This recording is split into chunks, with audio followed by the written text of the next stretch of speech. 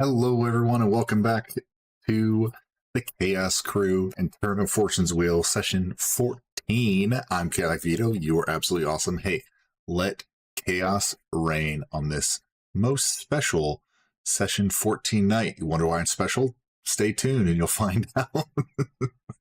I don't know. That just came about. I'm Chaotic Vito, your humble DM for the evening. I know we got our players rip roaring and ready to go. So let's go ahead and introduce them. Across the way, we got Nameless Orange. Hey, my guy, how's it going? Who you playing tonight? What's going on?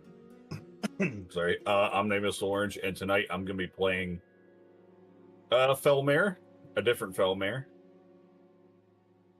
The now human Felmare. Slightly less automaton Felmir. Yep. Perfect. I can't wait to see how he interacts with the party. Amazing. Right here below me, we got the nerdy nobody. Hey, my guy, who you playing tonight? How you doing?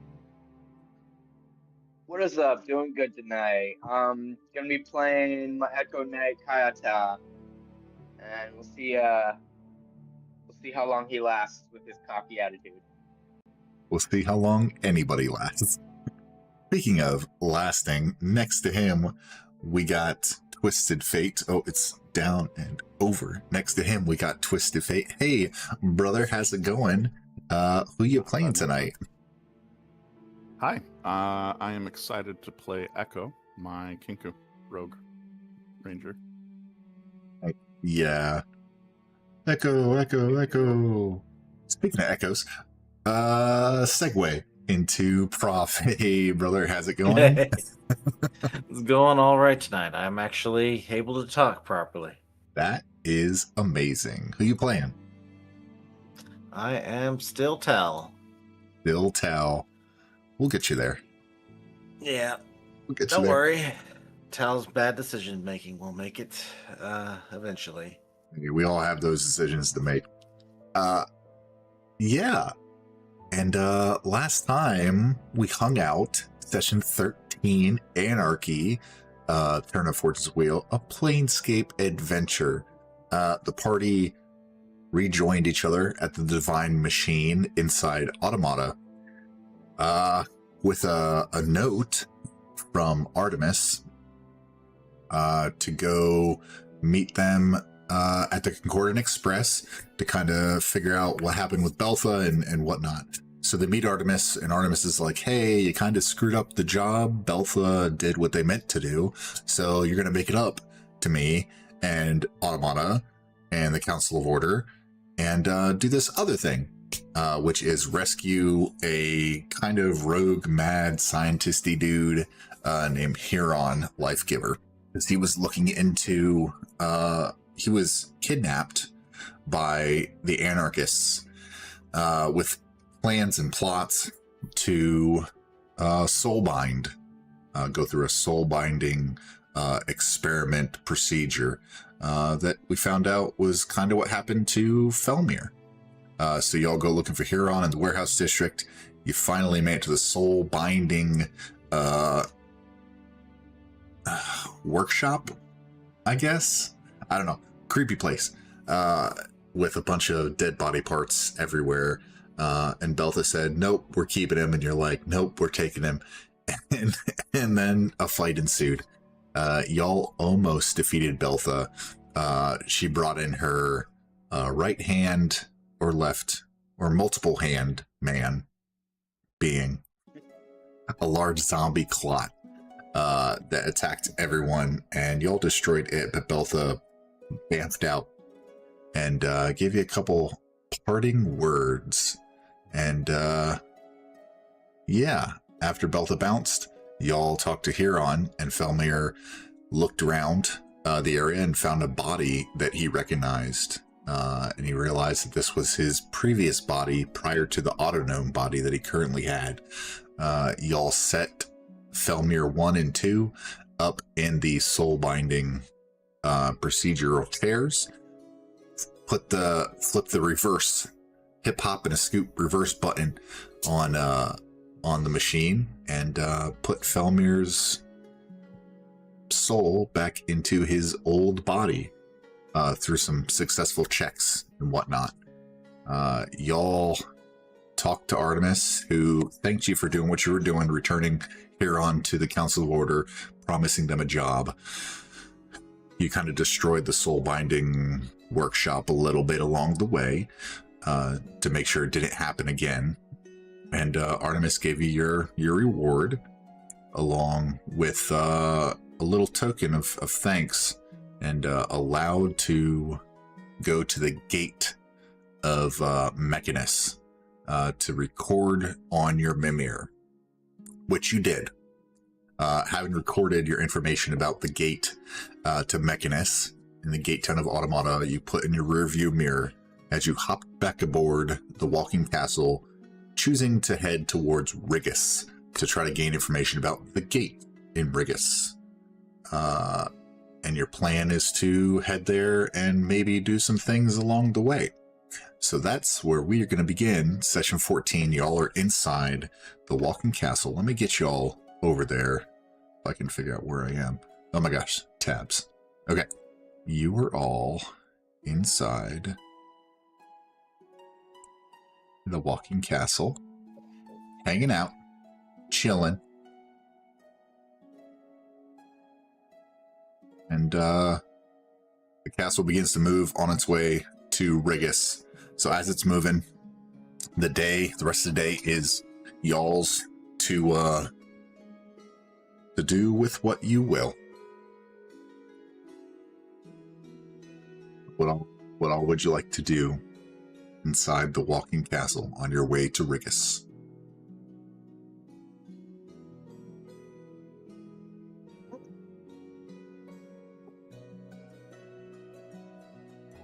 Kind of chilling on the couch.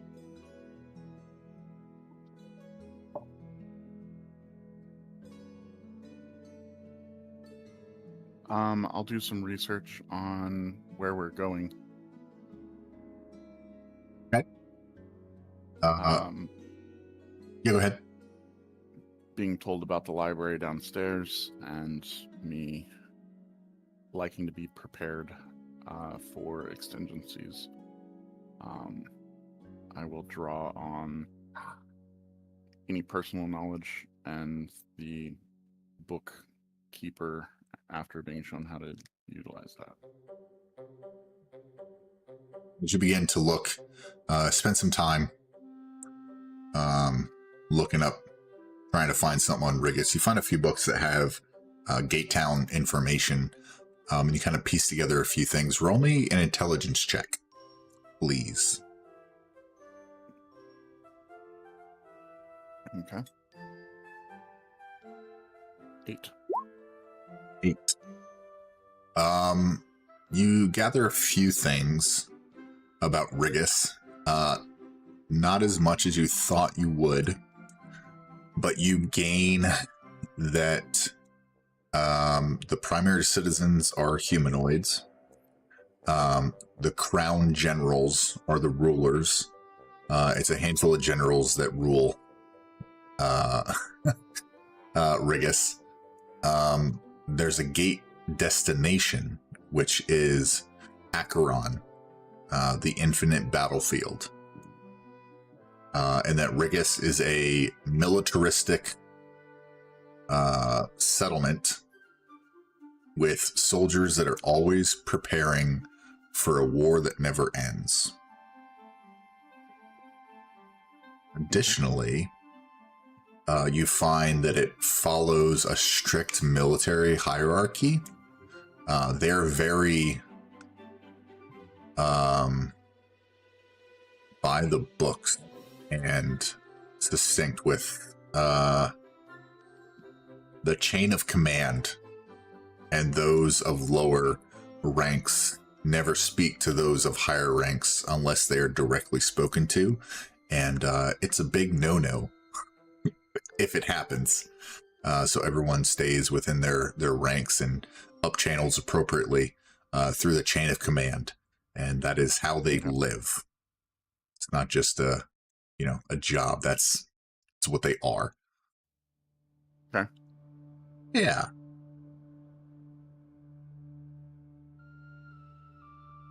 Okay. Is there anything specific that you're looking, now that you've gathered that information, is there anything specific that you're trying to hone in on that would you'd be able to glean from those, I think more customs and locations of note. Okay. Yeah, we'll let you keep looking. Okay. For a little bit and have you see if you find anything else. While he's looking, what is everyone else doing?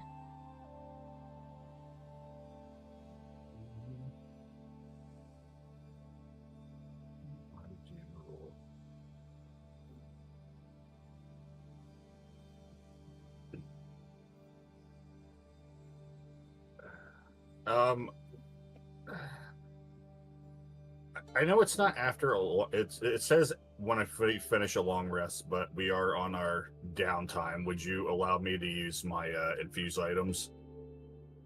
New infused items? Yeah, I have to redo them. Okay. Yeah, we can have you do that during the downtime here. Say it's a couple hours to re-infuse your items. Are you planning on recrafting Mary Poppins? Yes, which will take time as well. If there's enough time, I will. But I'm gonna focus on my infusions first. Easy enough? Yeah, so I'm gonna use my weapon infusion to get my infused scimitar back, and then I'm going to use my other one. What is it? God, I wish it just showed it on the character sheet instead of back. It's the defense infusion that just gives me a +1 to my. They give me a +1 to my armor class for infuse a piece of armor. Are you holding on to these infusions, or are you divvying any out, or? No, I'm holding on to these ones. Gotcha. Okay. Easy enough. Yeah, while you're tinkering around, working on your infusions, Echo is looking for some more information about Rigus and the customs and courtesies there within. Kayata, what are you doing? What are you thinking about?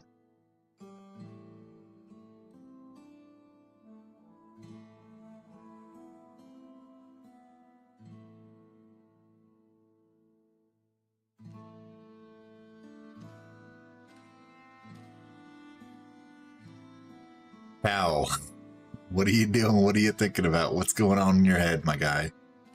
Oh, shoot, I muted my mic again. It is unmuted now. Yeah. We'll come back to Kayata. Yep. All right, well, Tal is going, primarily meditating. Appropriately on war and battle. And thunder and lightning. He did take quite a beating in the last fight, so he's definitely going to be doing some self-maintenance doing this focusing. Trying to remember.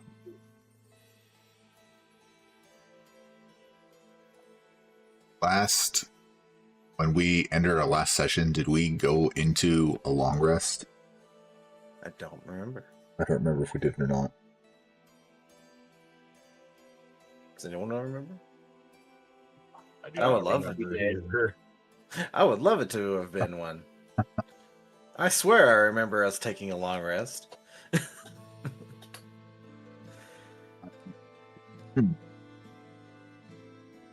I think honestly, I'm thinking back. I think we said that the walking castle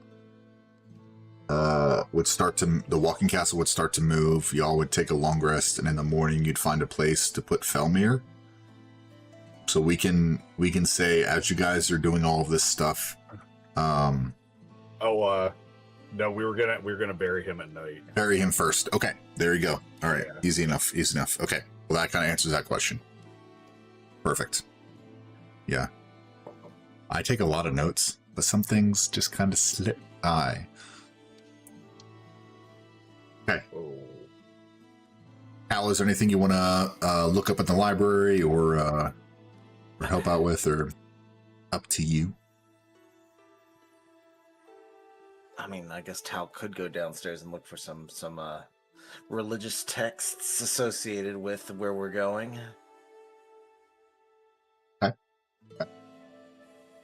Yeah. Let me see if I actually have something like that.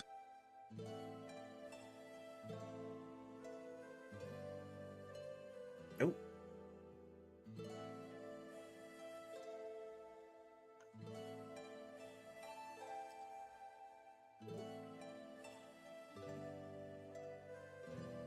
He's got to figure out if he's going to be disgusted or excited about going to the next place.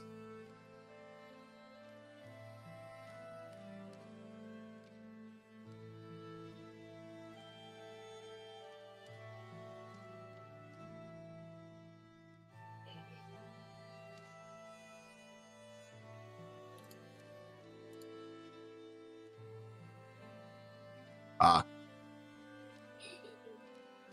Okay. I have a little bit that I could probably give you ish.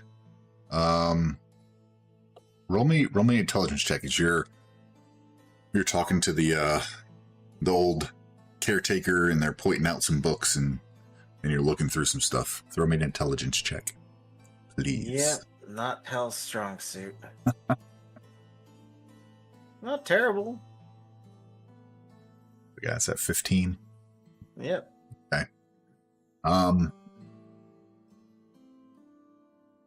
Nothing at the minute about specific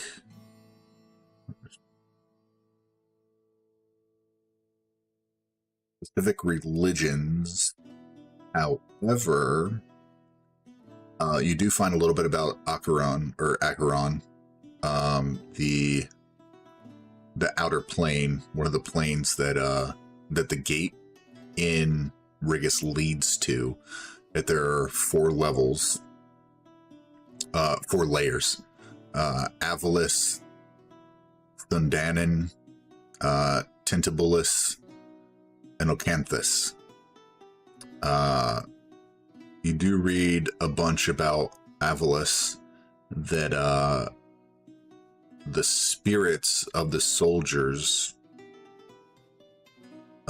from Rigus and other places in Acheron wage endless wars across debris-strewn battlefields, unable to reach their deity, trying to get to some semblance of an afterlife. Oh, that's how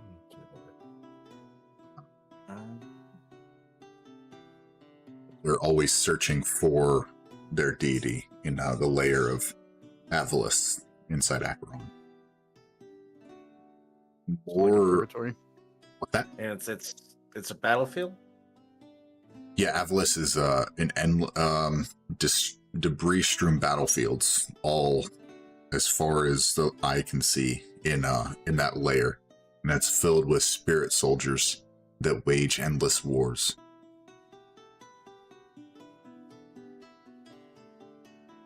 Sounds like a interesting time.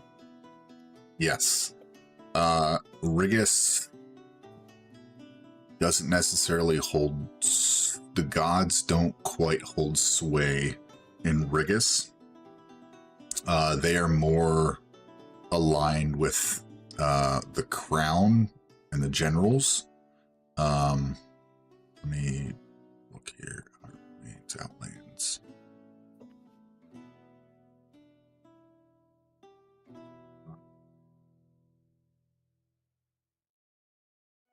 Yeah, it's more Rigus is more marching orders that they take. They're very in line with the orders that are given to them. So there's not much room for gods when you introduce that into what Rigus is meant to be. soldiers preparing for a war that never ends, right?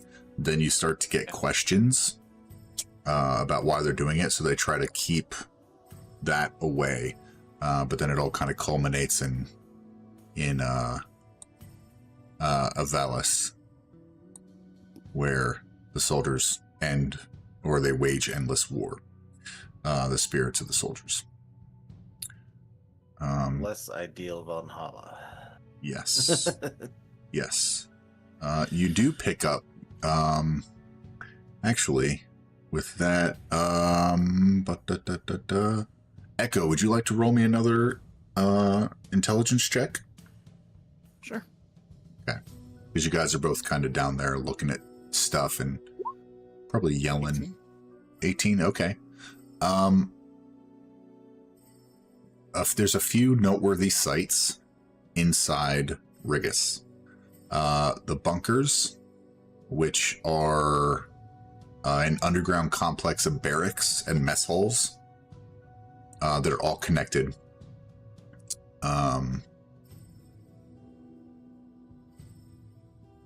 There's a place called the Broken Slate that is briefly mentioned, that visitors typically stay there. They don't really stay in the bunkers. It's where everyone else stays. There's a place called the Crown, which kind of piques your interest and Tal's interest in what he's looking on. The Crown is the generals of Acheron are entombed in the mausoleums of the Crown,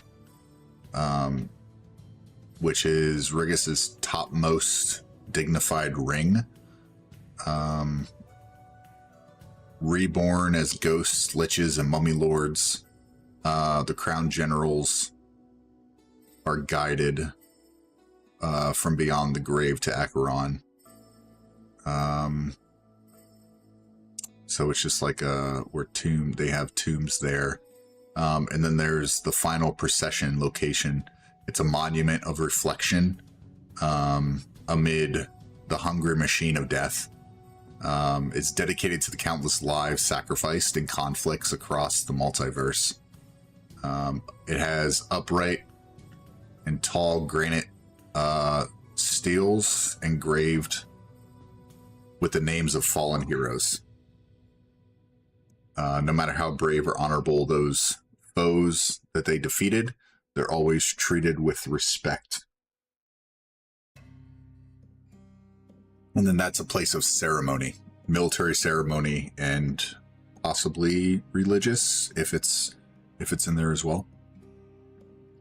Okay. And then with that, Echo, you do, pulling rank creatures in Rigus. They abide by rank order. Regimented population creatures in Rigus are marked with a magical symbol denoting their rank and their station. So everybody knows what rank everyone is and where they need to be.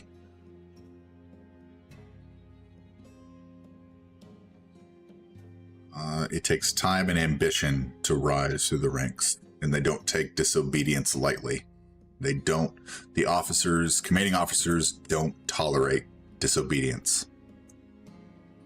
So that might be something to take note of, to let your compatriots know.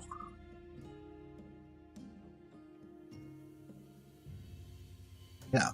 Does that kind of help a little bit? Y'all get a little feel? Gathered kind of what you wanted?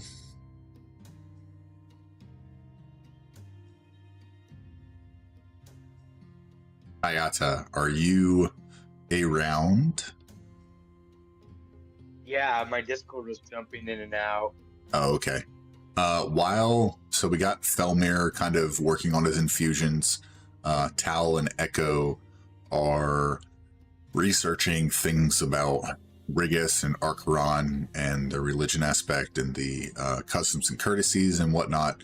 What do you got going on? I probably would have went down there and been reading up along with them, just kind of nosing through books, not looking through anything particular, but yeah, just trying to get a general lay of the land. Yeah, I'm assuming y'all got. I pretty much gave you just about everything that I have with the 8, 15, and the 18. Pretty much gave y'all the gist of like a bunch of stuff with Rigus. You're kind of in the know. Getting all the information about being like militarized area, Kat is gonna be like, oh boy, this should be fun. He kind of scratches his head. It'll be interesting. After looking for a while and researching and kind of meditating and Felmir building infusions, Zathir comes downstairs and says, Master Felmir, I have found a possibly suitable location that you asked about. Excellent. How long till we make it there? We are here. Oh, good. We got And there. the quicker than I castle thought. lurches to a stop. Well, I'm gonna have to.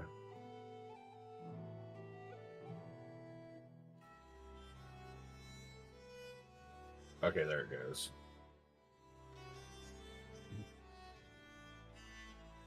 I had to restart roll 20. It was being Okay. weird. No worries. Not a session without technical difficulties. Yep.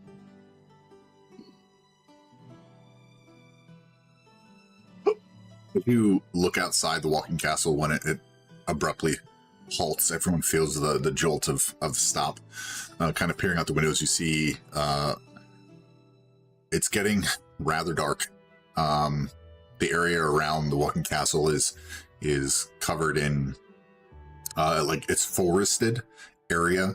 The colors of the trees have grown to generally one color, to like a greenish, light green and dark green, bushy trees with some rocky outcroppings and there's no lights around. It's just kind of off the beaten path.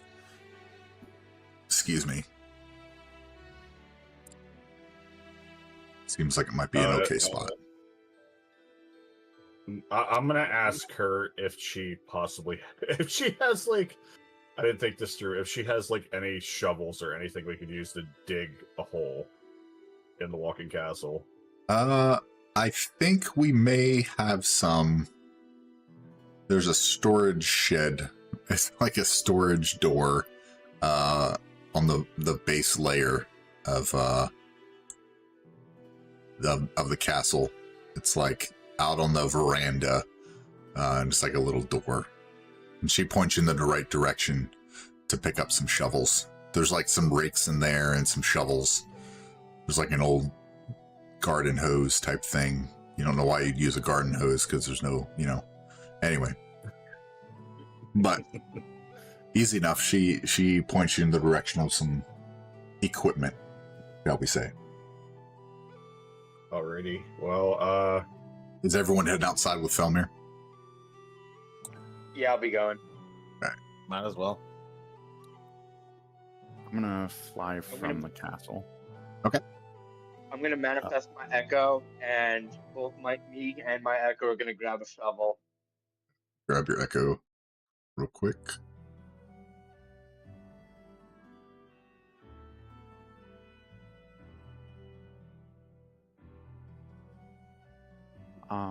From the castle, when it stops, I will leap from my perch and tell the party I will follow them. Okay. Before I leap, I'm going to cast Summon Beast and summon my Black Raven. that has served as my eyes before. And I will use my boots to take flight, and I will do a circle around the castle, kind of scouting the land, and I will look for, when I do land, I will look for a handful of trinkets, rocks, sticks. Easy enough. Is anyone building a little fire or anything?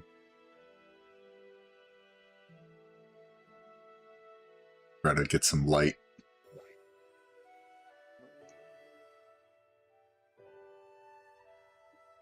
Oh. My pet for the moment is going to stay airborne by quite a bit of altitude. Easy enough.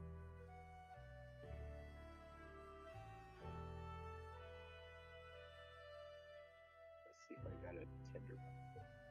See, I might just start a little fire. Either that or just light a torch. If you want to just light a torch, Chaota. Yeah, I'll light a torch. And then I'll let my echo do the digging.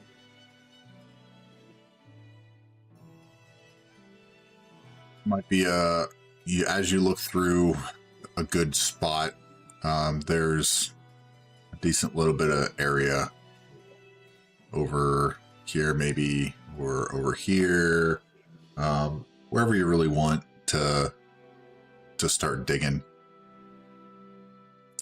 I think Kayata, you may have, Nerdy, you might have access to your, there you go. Yeah. Yeah.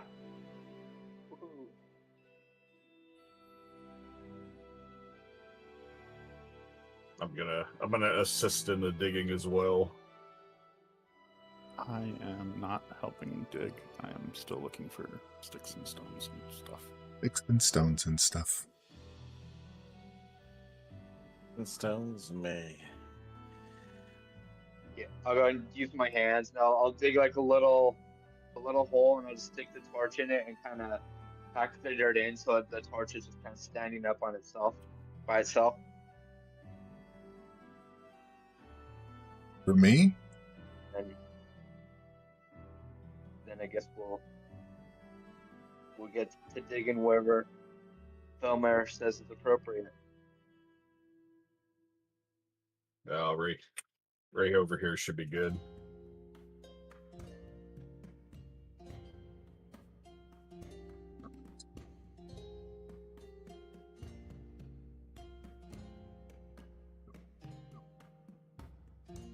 It's shovel noises. Shovel noises. See if I can get a. Bird, What's that? Yeah, you can my bird rotate. happen to see anything out here? Your bird does not see anything. No, it does look like you guys are alone, at least for the minute. Okay. I'm not traveling too far from the party, but I seem to be very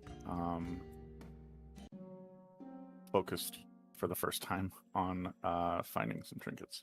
Why is the party standing like that?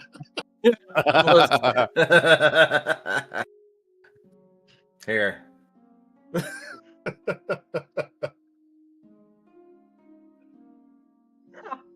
Yeah. Kyle's just gonna shoot off in his own direction. Oh. Oh wait, I think this is better. Yeah. No. There we go.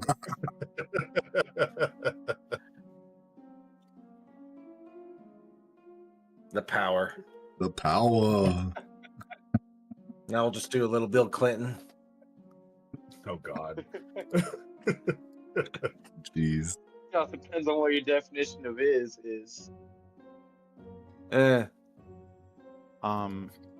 Yes. Is there? Can I find like 12 like fist-sized stones and a couple sticks? Yeah. We'll say you find it. Shouldn't be too difficult. There's some there's some good rocks around. We'll say that. Okay. Need a better. See. Yeah, that'll sound a little bit better. Is there a religious one? Maybe there's not. Emotion. What kind of emotion you looking for with this, Felmir? Bad. Yeah, we got to go sad with this.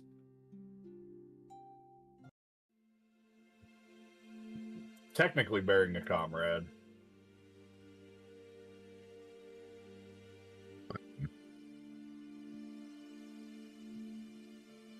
Forward.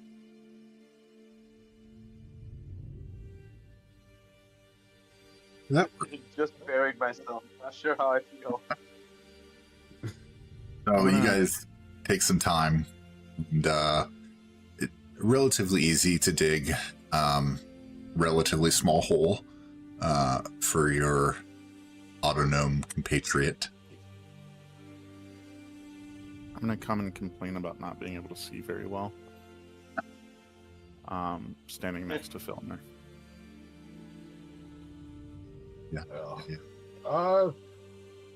Sure. Can't see Echo. I have like a handful of sticks and stones that I've dropped near you, and I'm kind of like apologetically saying that I'm trying to find better, but I can't see very well.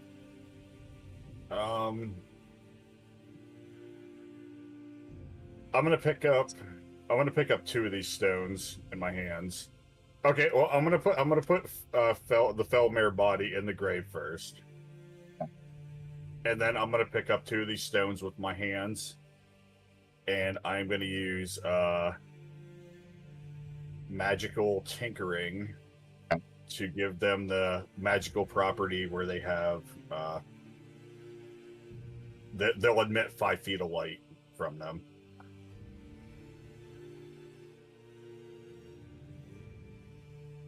And then I'll hand them to Echo. Okay. Realizing that the grave is already done and the time has come, I'll stay here with the 2 stones instead of going back out.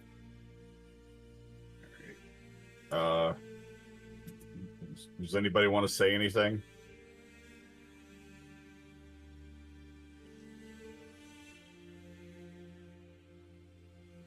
I can't think of anything. I'm not good in these kind of situations. Echo's rummaging through his bags with the stone in his beak so that he can see his belongings. He lived as he died, covered in oil. Sounds. Oh my. Tal doesn't have anything to say. He'll come over and pour some oil on the grave. Pour some oil out for the homies. Yeah, pour some oil out. Great. We'll cover the grave. Well, I expected more people to talk. Having laid out some of my belongings, I will walk up to the grave. I will take a dagger and delete it. I will lay it on his chest.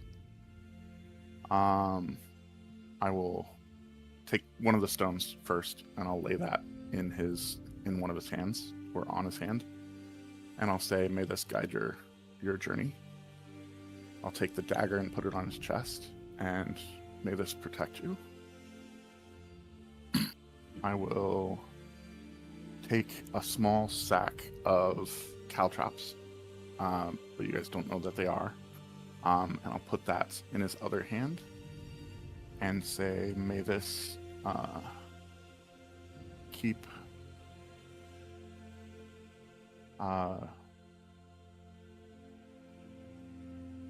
those from following you. Well, it was so nice, Echo. And I'll take another flask of oil. And oh, sorry, wrong button. Trying to delete it. You do. And set that next to him as well. In case he gets thirsty. So he's got one of the 2 stones, my dagger, caltrops, and oil.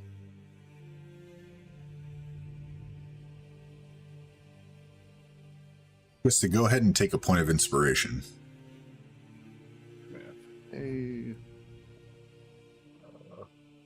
All right. Anybody have anything else where we bury him?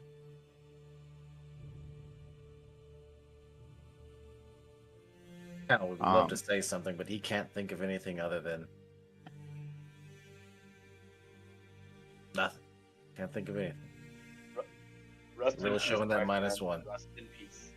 Just the fact that you guys are here is enough. And I'm gonna cover it back up with dirt. As I stand, the shackles, the dimensional shackles in hand, I'll quietly mutter under my breath, "Stop breaking my things," in Huron's voice. And then I will take a few steps away.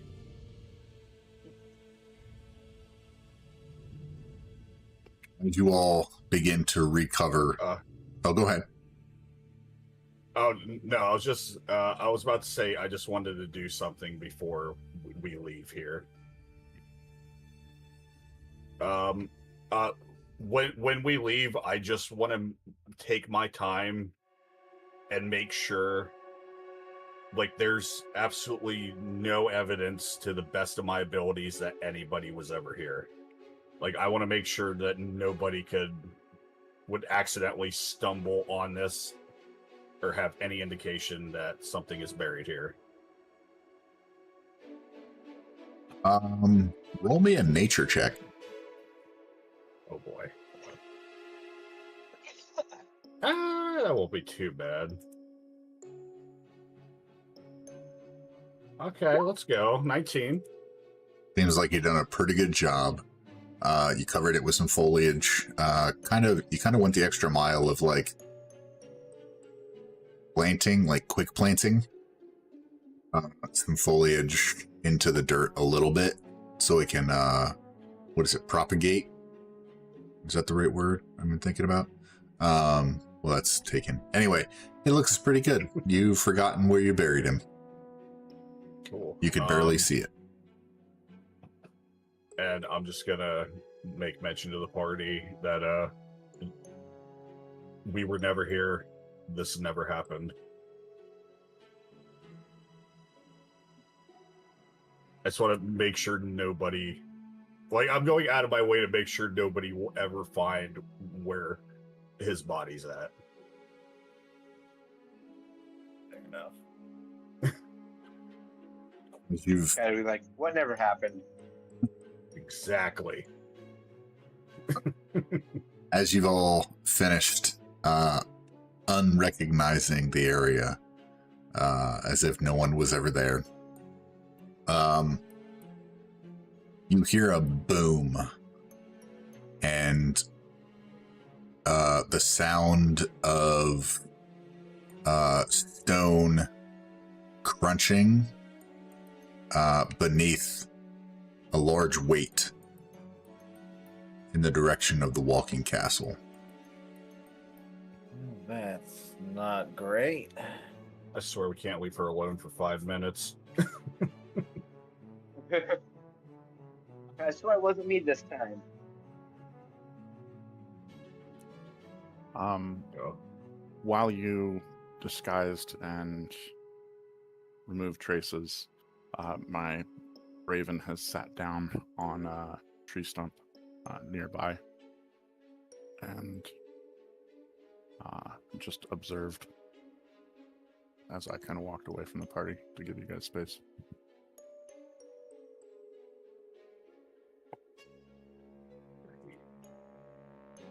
Yeah, I'm gonna snatch up my torch and go investigate the sound. Yeah, we should probably get back to see what's going on. Hi, you said you were investigating the sound. Yeah. As you all get kind of closer to the walking castle, you notice coiled atop the walking castle in the dim light of whatever's left of moonlight and daylight, possibly, is a mighty pearl-colored dragon with branch-like horns. As you get closer, Kayata, its brilliant eyes fix on you. In a warm, slow voice that sounds as though it were coming from far away, it says, "My old friend, how good it is to see you again." And it hops, it flutters down, and lands in front of all of you.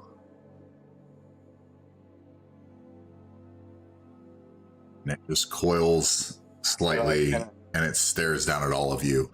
You really can't tell if it's warm, if it's smiling or not. But it is kind of just there. Kind of like, have we met? It says in the same voice that it had, it says, "Of course. We've met many years ago. I know all of you. We have been friends for quite some time. Kayata, Felmir, I see you've gotten your body back. Echo, and Tal 7, the mighty Tal 7. And he kind of makes a like a cooing noise that echoes throughout its large neck and looks around to all of you.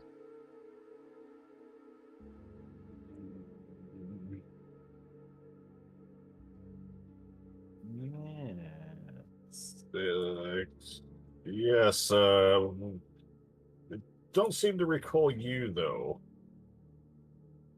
Would any of us recall? Or you- feel any kind of familiarity? It's not the guy from... Go ahead. Sorry. I was going to say, it's not the guy that Pops was hanging out with in Fortune's Wheel, is it? No. Oh, that no. one's right. No, that was a white dragon. Yeah, that's true. That's like the only one I could have thought of.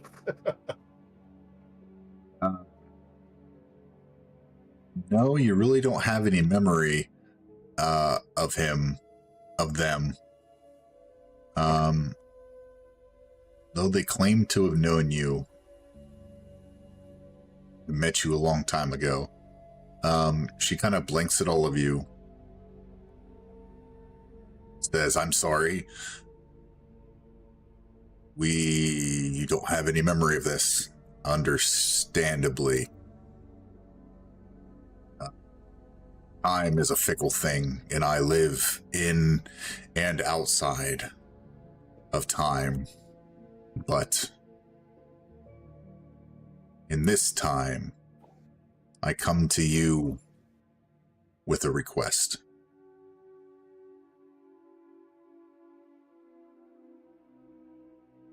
What do you request? It's hard to trust someone that you don't remember knowing. All will be revealed in time. I unfortunately cannot divulge much because it will change the outcome of what is to come. Just know that you are on the right path. And they lean down to all of you and reach out their clawed hand, and inside it is a little talisman, and it begins to hand it to you guys, and they say, "Give this to the one who sees silver." Oh, I think we lost someone. Yep. Who do we lose? nerdy by the sounds of it. Nerdy. Well, you can jump back in. Give it a second. Nameless, Oh. I messaged you. There is Nerdy. Yeah, Um, just for in the middle. They say their name.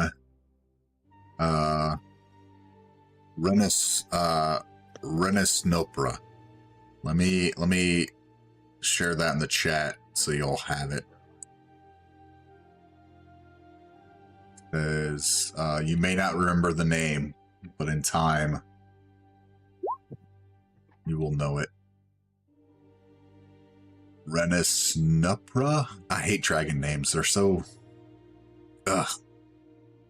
They're really cool, but they're really hard to get right. And handing you guys the talisman says, give this to the one who sees silver.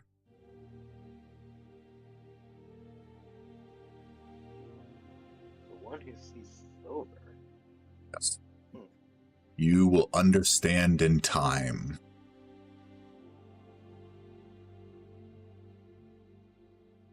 She makes another twirl in her large neck. Says, now, time is of the essence, and I must back to it.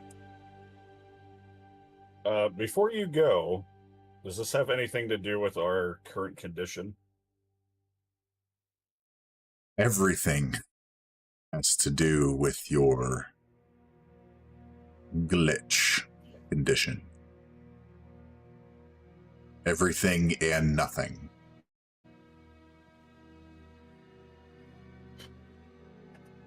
Cryptic. I expected nothing less. If anything, you all recall you may have in the past, but now you kind of realize that may not have been a fan of the way Renisupra speaks. Possibly. Cryptic.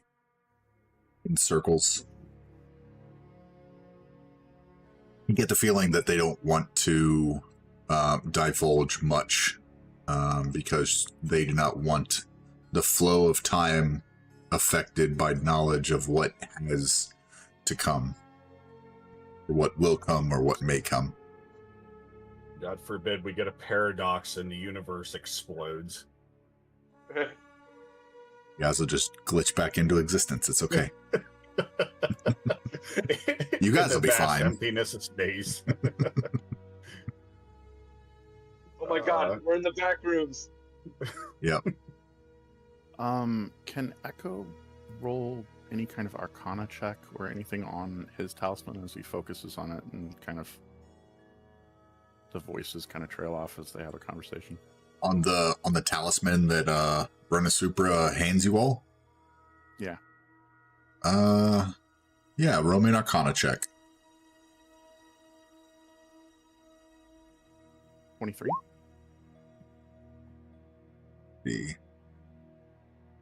The talisman that's given to you, it looks an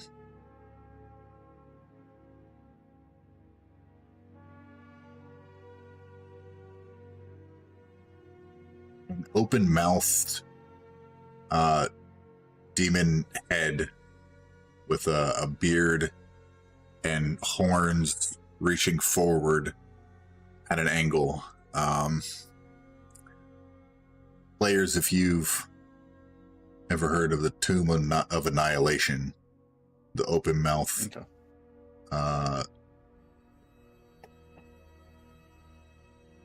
yeah, it's got green inlaid gems. You gather that this is a talisman of the sphere, which lets you control a sphere of annihilation while you're holding the talisman. Okay.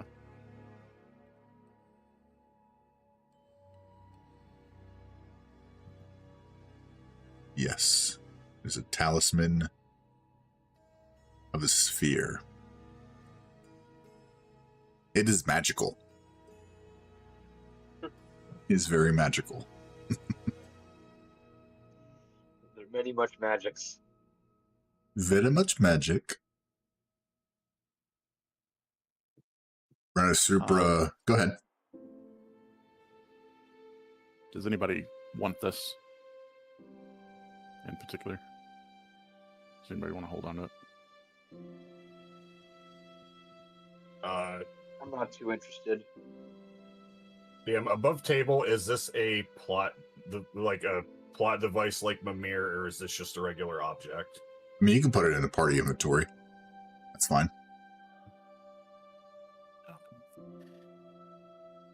We'll stay there. Echo will kind of peck at the gemstone for a second before somebody snatches it. Indeed. Let me see if I can.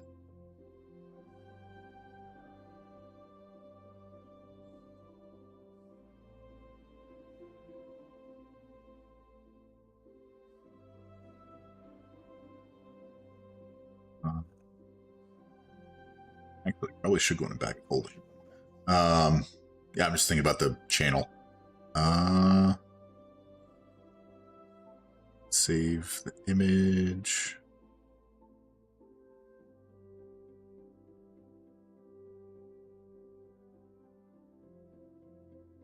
Doing things. I don't know why I didn't do this before, but being done now. Okay, if you check the bag of holding channel, that is what it looks like.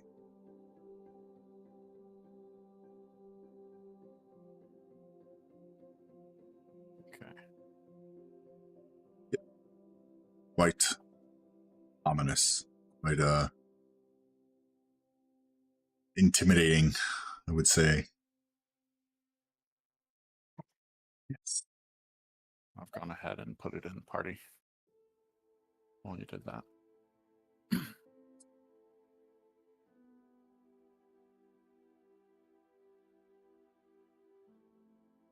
Easy enough.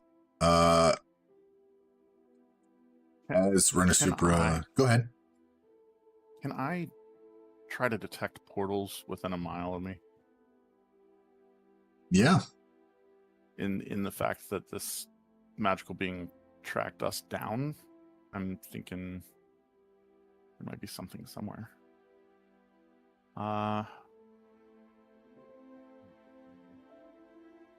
Link that so you guys can see it. Okay.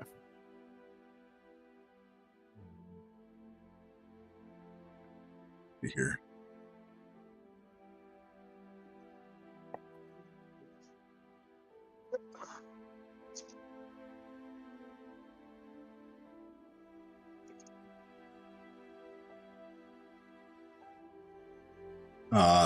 You do detect a slight hint of portal, or it's not quite a portal, it's like a rift that you detect. Okay. Not necessarily like a normal like portal that you guys have gone through. Emanating from Rena Supra, and additionally emanating from just above the walking castle. Okay. But it's they're kind of faint.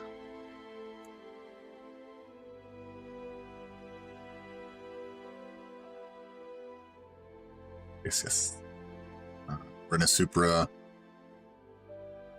well, kind of smiles down at all of you, and says, "Until we meet again, my friends, Felmir, Kayata, Echo, Tal 7, stay the course, use your instincts, and above all, enjoy yourselves. For the time will come when you will know your true self."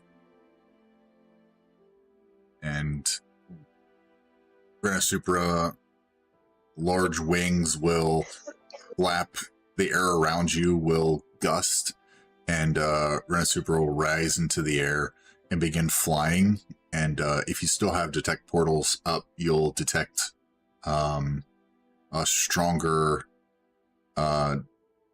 designation of one just in front of Renesupra, as a slight rift in front of them opens, and they kind of fly through, and the area lights up in a bright white light around you all, and then it just vanishes, and everything is once again dark and quiet.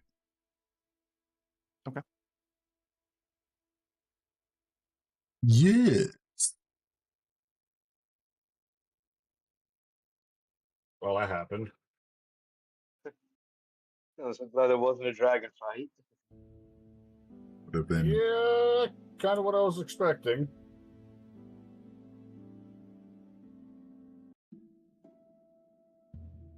the unexpected. Well, at least the castle wasn't in danger. I suppose that's what matters. Y'all getting back on the walking castle. Yeah. Bring y'all back over there.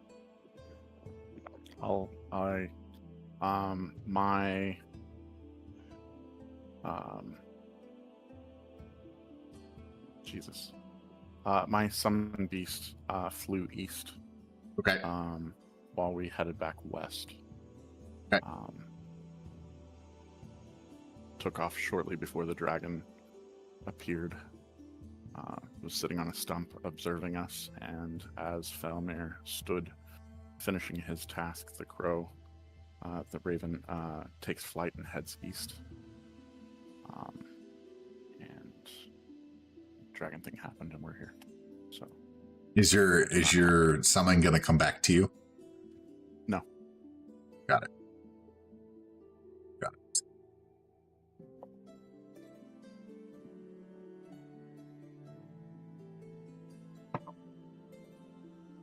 Okay. Now the night is winding down. Is there anything y'all would like to do before y'all take a long rest?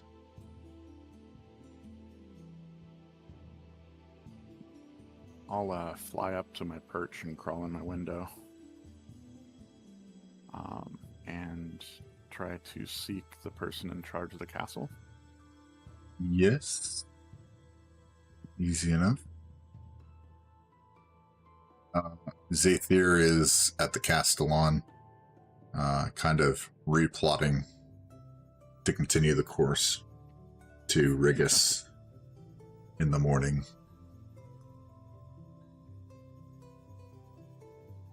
I'll just go upstairs and see if she's okay, see if the castle's okay.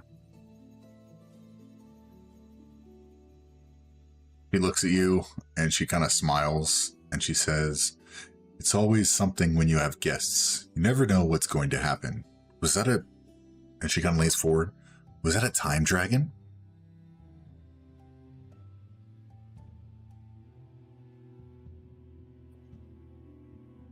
Kind of eager to know.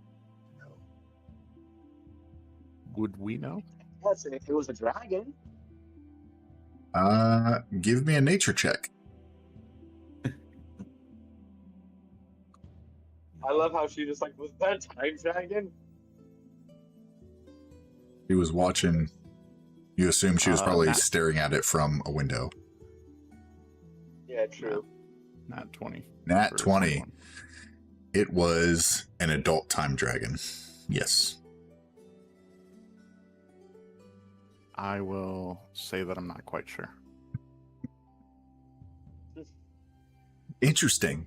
Well, and she like starts taking scrolls out of like places in her clothing and has some quills and stuff and says like hands you some and says, "Would you mind recording your meeting and everything about the being that you've encountered? We can add it to the library." And she gets like super excited. I'll kind of lean in and ask, instead of adding it to the library, maybe her personal collection.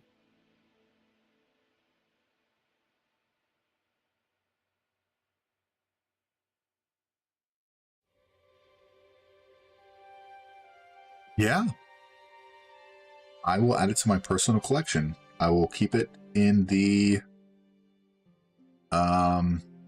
in my office, not in the general library. If that is what you wish. For the time being, I think it's safer for everyone.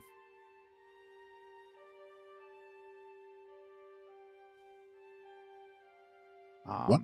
Whenever and you've completed when- it, just put it in my office and I'll put it into my personal archives. Goodbye. Good night. When everybody else comes up the stairs, you'll see Echo scrawling an image of the dragon, and above it and around it and below it, like all over the page, except where the drawing is details of the meeting. You know.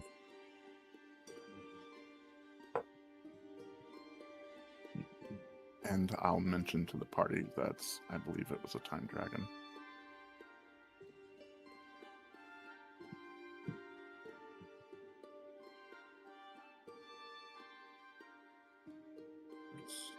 The way this adventure's been going, that shouldn't be a surprise at all. Do we have a ghost in the room, or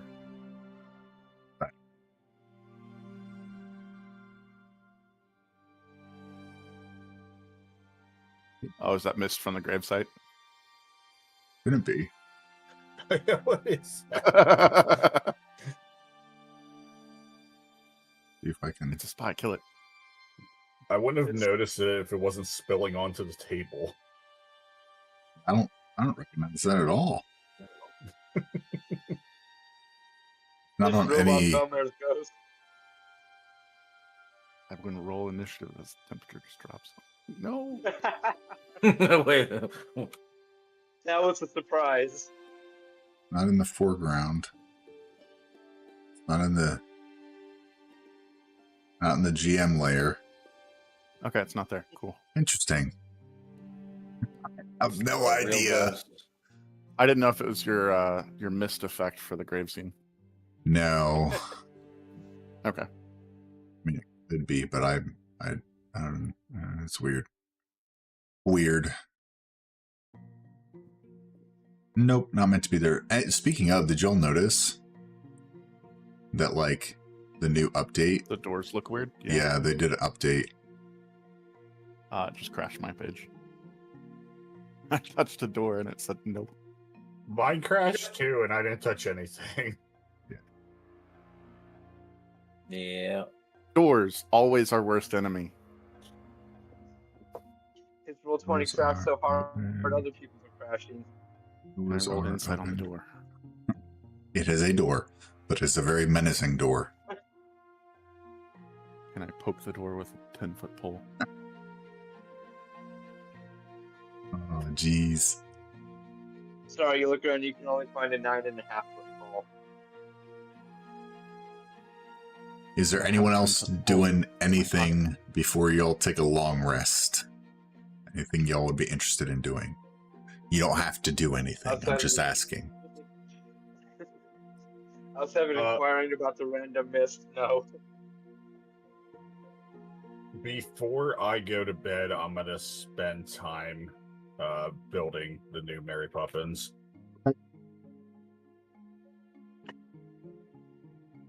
Enough, let me-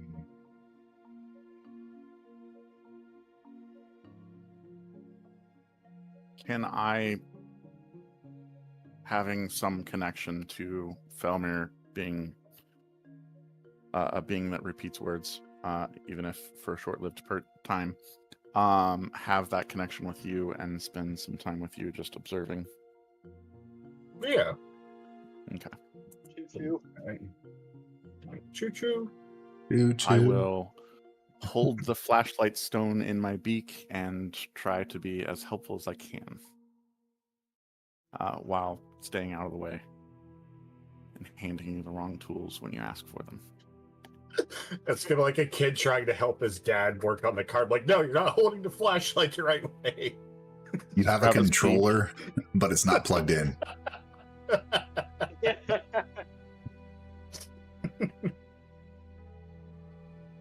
And whenever I do get ready for bed, I would like to spend some time outside on the perch, looking up at the sky to see if there's any stars, and if so, taking some time with those. And coming inside, I'll take the flashlight stone and set it up on a shelf, so in the darkness, I still have a little pocket star. Oh, Echo, you should probably be careful with that perch. Chaotic kind of broke it when we first got here. It was longer. It was bigger. I think it was Katse who broke it. It's Might the have been same Katse. person. But a bird recognizes what a perch can do for them and how to perch properly, as opposed to a big bugbear walking on a stick. Yes. You guys I'm will a all birdie too. have me message check in with you guys and say goodnight. One at a time. I'll reply good night. I'll reply the same. Cool. His little And I'll message- AOL message pop up in his head. Your HUD lights up with good night. Yep. You have one unread message. Echo's name pops up, lowercase x, big case X. Echo, uppercase X, little case X. I'll message the librarian as well and tell her that I left my notes on her table. He thanks you and wishes you a good slumber. We have a little bit of a ways to travel tomorrow, she says.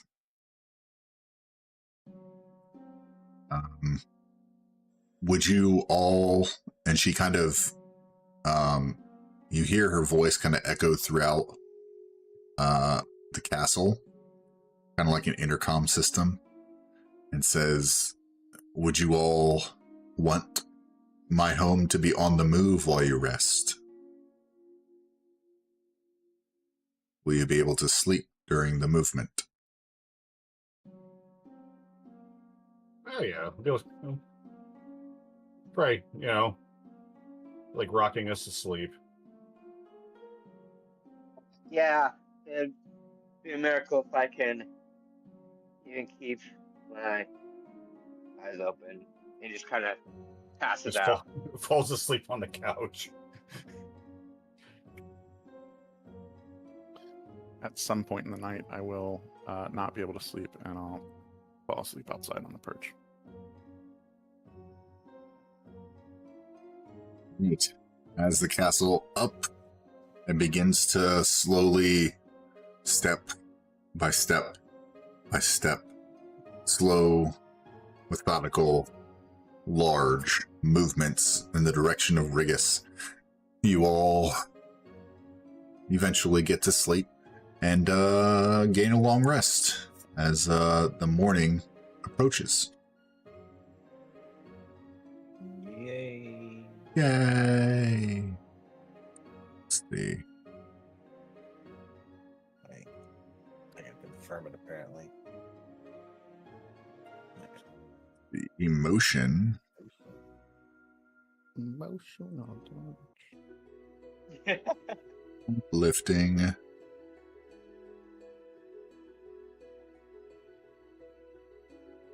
3d8 emotional damage. This music reminds me of, like, you all are, like, sleeping, and you have a dream of just, like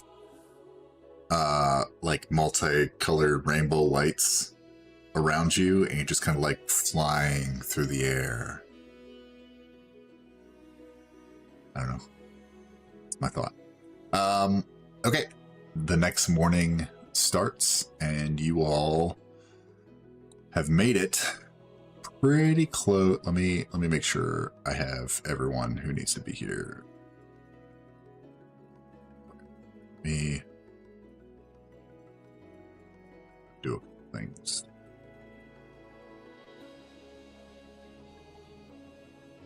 Is a next morning.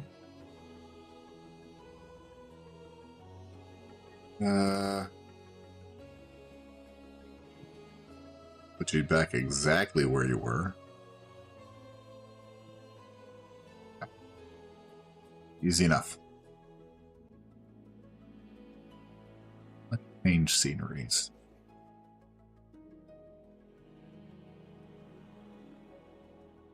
All right. The next morning brings you all awake with the castle walking. You can hear crunch as the castle's walking through hard slate stone, and out the window you can see spires of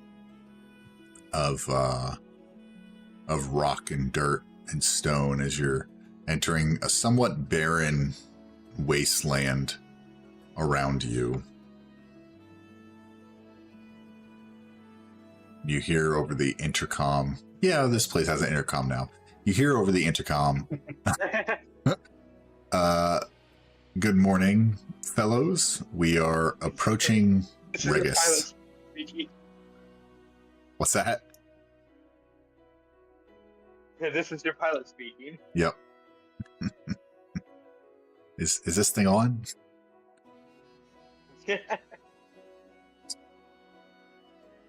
The all right, easy enough. Is there anything y'all would like to do when you first wake up? You don't have to do anything if you do not wish to. Did Echo fall off the perch? Maybe. Oh no, Echo! Go! Go, Echo. It's okay. I would like to wake up first. And use Impossible. my Huh? joke's on you. I don't wake up at all. I'm dead. I would like to use my boots to fly up to the very top and look for damages or anything. Okay. Less damages and more marks of presence. As you fly up, you get to the top and you really don't see, I mean, you see a little bit of crushed stone and like pebbles and whatnot, you know what I mean? Like the little bit of crunchies that are kind of wind around the top. But as far as like a magical presence or anything else, you don't really get a hint of like portal or anything really magical going on other than like the walking castle itself. But you Okay. do notice in the sunlight, you look over and you see from a flat, dusty plain rises a 7-tiered hill, girded by ring after ring of iron battlements.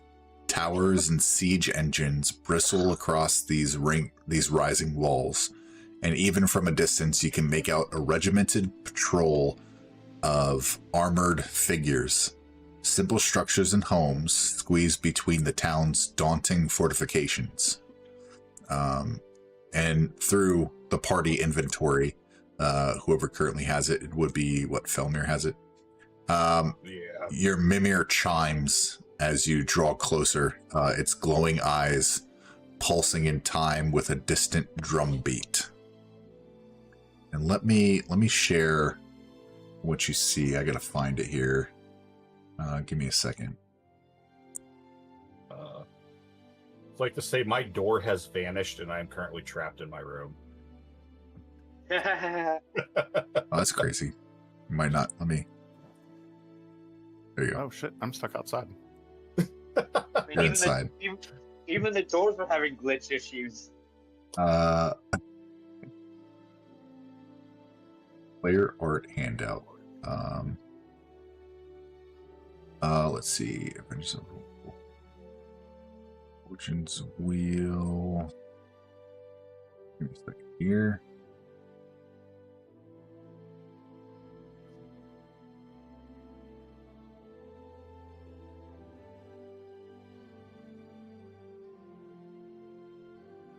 Who's my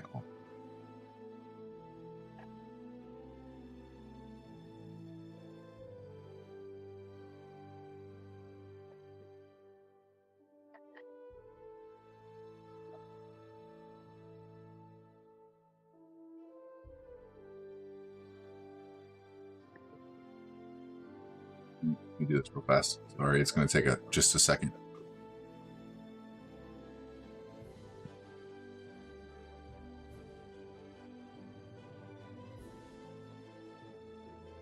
Thought it automatically had it in there, but it did not, and I want you guys to see it.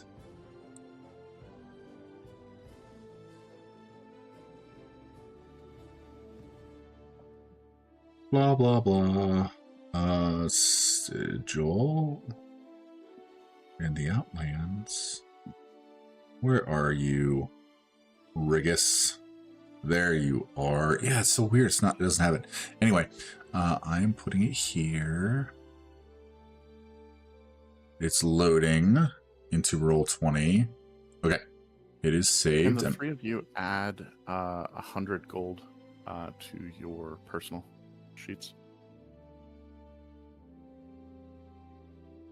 Just while we do that. So I'm now showing you Rigus. It's in your player handouts now. That is what is seen. Are we saying about 100 gold, Twisted? The last place we fought, I got 320 gold. So if you guys, in waking up, I make the rounds and give you guys a stick to remember the last night, and 100 golds. Cool. Well, thank you.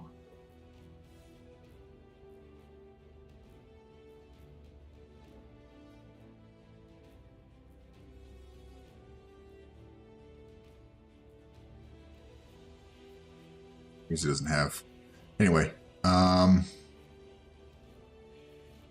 it's wild. Okay. Neat. So y'all got your cash from last time.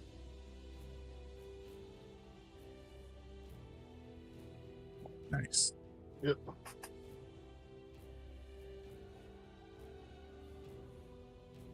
How far are we from it still? I'm not entirely sure. I'll be knocking on the doors, waking people up, and telling them what I've seen of the city and that we're close.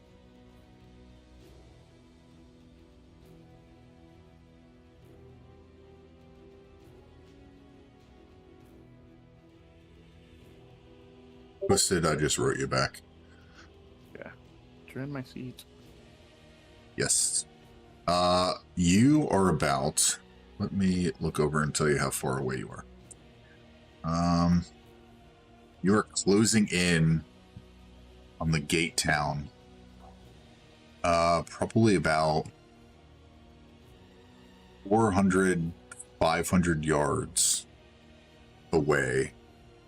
As you get up and you kind of look out the window.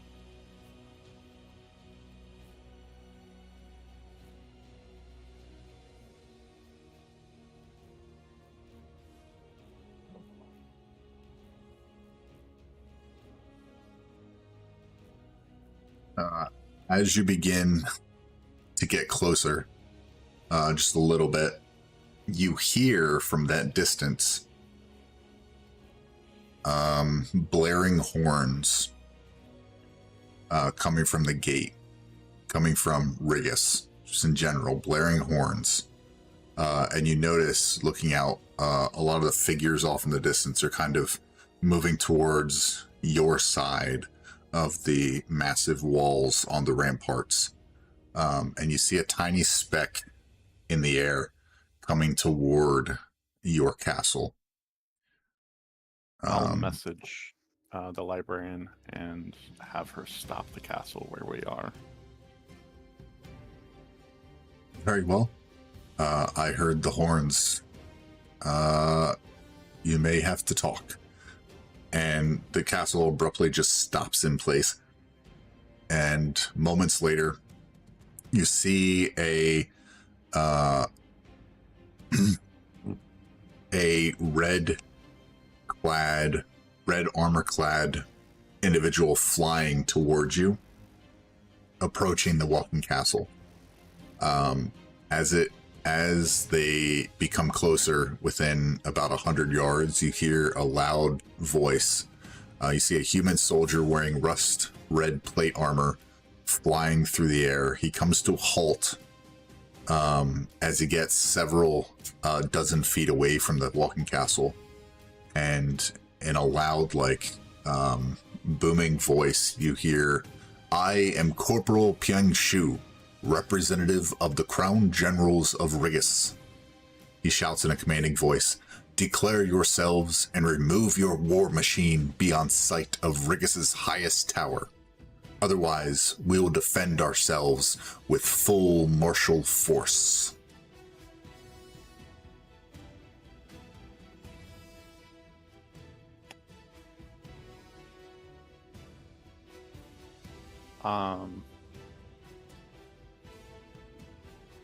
Does anyone want to take this?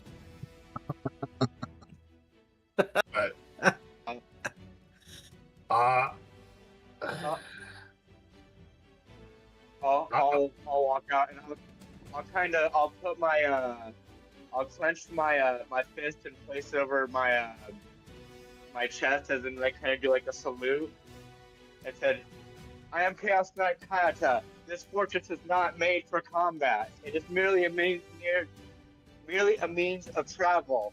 We do not mean any aggression." Can I, hearing that, cast message and have the librarian take one step away from the city and then turn and bark again? Okay. The Walking Castle begins to move. The captain in the air kind of readies himself slightly, but sees the castle start to move slightly away. Kayata, make me a persuasion check with advantage because of Echo's assistance with the castle. All right.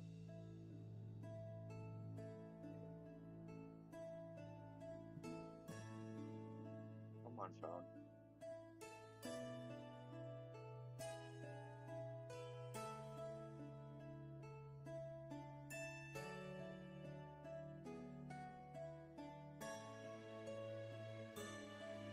And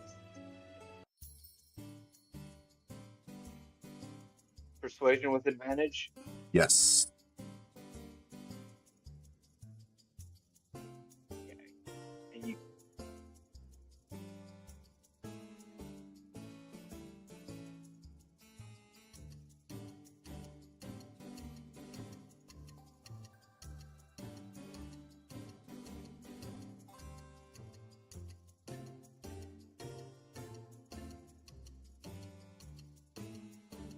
I'm sorry if I didn't hear you say. What'd you roll? 19. 19? Okay. Corporal Pyung Shu, in his booming voice again, says, "Very well. You may approach Rigus, but your steed or your machine," he says, "must go back there." And he points way back, and the distance, he says, is about a day's travel away.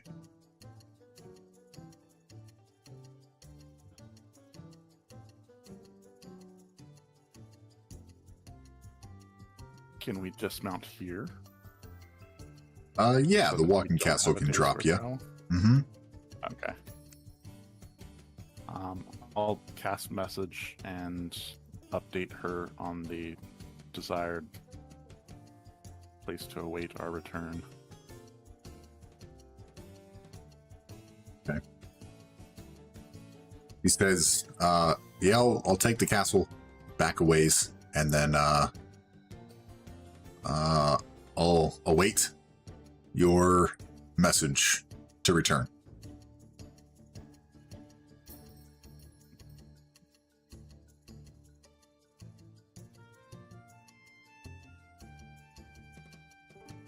But you all dismount the castle. Yeah. Yeah. As you dismount, Corporal Shu meets you on the ground and says, can't be too careful. And he says, he hits a little button on his chest.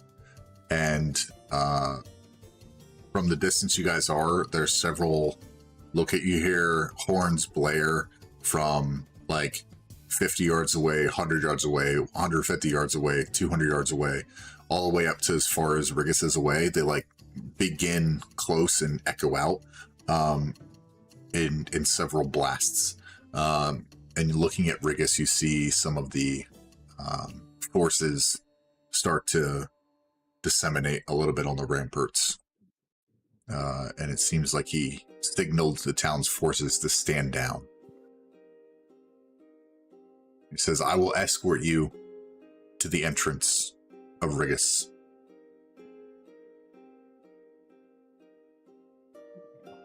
We do appreciate the escort. It is my job. Cannot be too careful.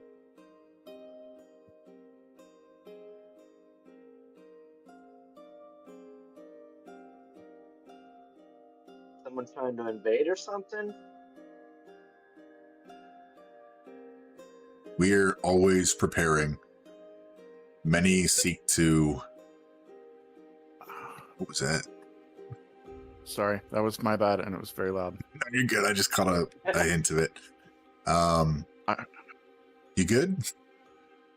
Yeah, I accidentally held shift for 5 seconds too long, and it wanted to ask me if I wanted to turn on some carrot typing or some shit. I don't know, Yeah. but it was very loud. Sorry. No, you're good. You're good. Corporal Shu says that we've been having some issues from Acheron invasions as of late, and it seems that we have been put on lockdown as of current to prepare. Why would they be trying to invade you? That is the question. I do not know. I'm just a welcoming party. But as you can see, we are the greatest military might in the multiverse. Why would you not want what we have? And he stands up proudly. Pat kind of looks at the party. He gets a little grin on his face and goes, "Side quest, anyone? Side quest?"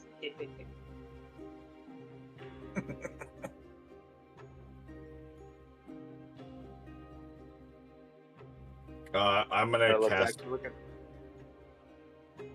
Oh, go ahead. I'm just gonna look at this video. Like, yeah, I can see why you're proud of it, though. That is a beauty. Indeed it is.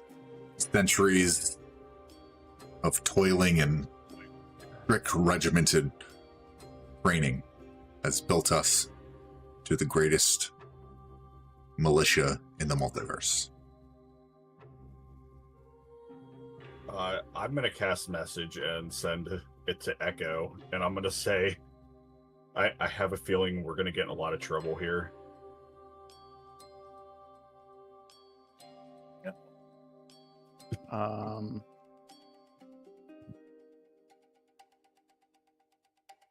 You'll hear kind of an a quizzical tone, unsanctioned.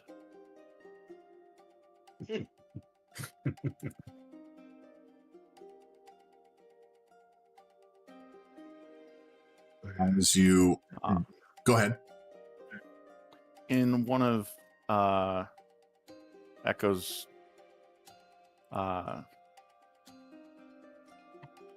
behaviors that you guys have observed, he is focusing and studying Pyun Shu, the corporal. Yep. That is accompanying us. Shoot. is, Yep. Yeah. Studying for words, catchphrases, and mannerisms.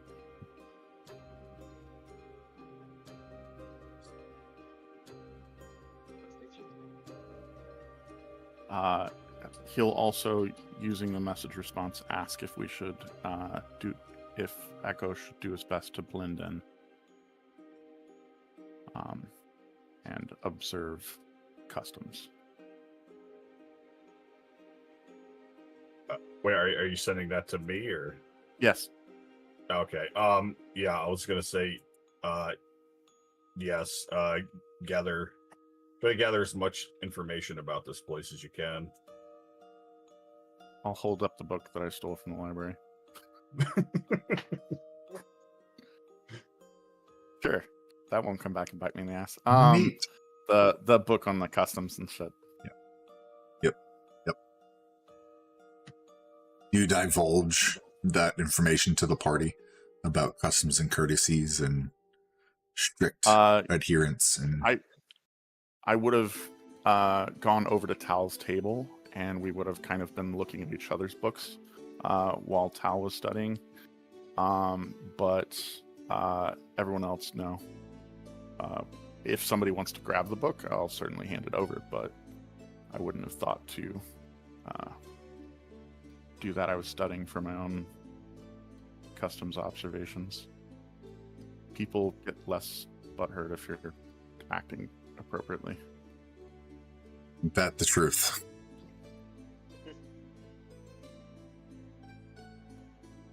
As you make your way closer to the gates or the large entrance to the gate town, you see soldiers wearing plate armor seem to stop those attempting to enter the gate town.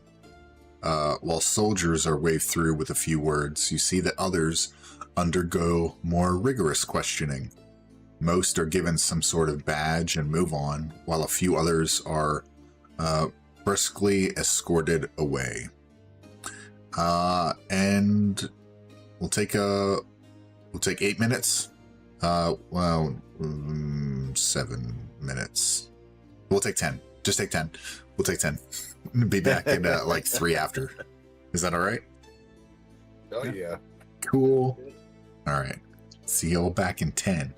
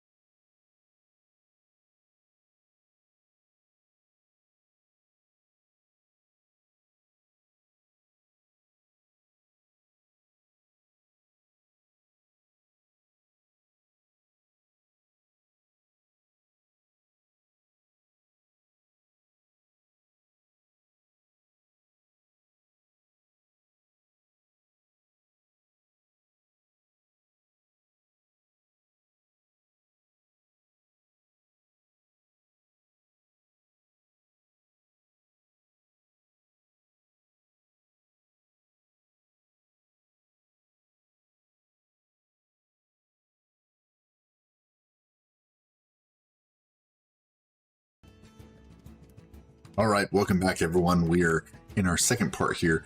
Coming back from the break, Turn of Fortune's Wheel. A party is being escorted to the gates of Rigus to try to head inside and gather some information about the actual gate to Acheron. Acheron. There's no R. Acheron. Let me move y'all over to the next locale. See if I have everyone. Okay, let me add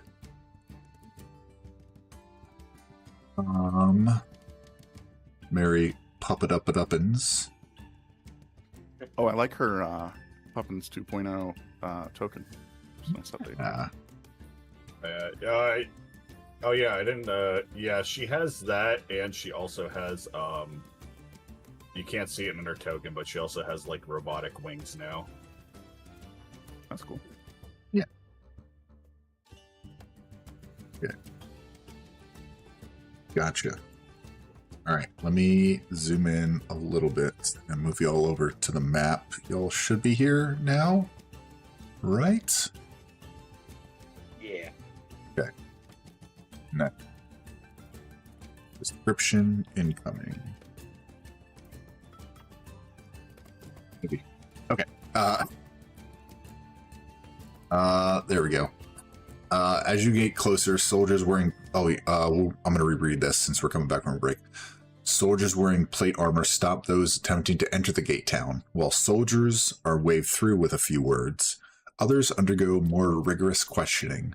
Most are given some sort of badge and move on, while a few others are brusquely escorted away. You see in front of you 10 guards, ish.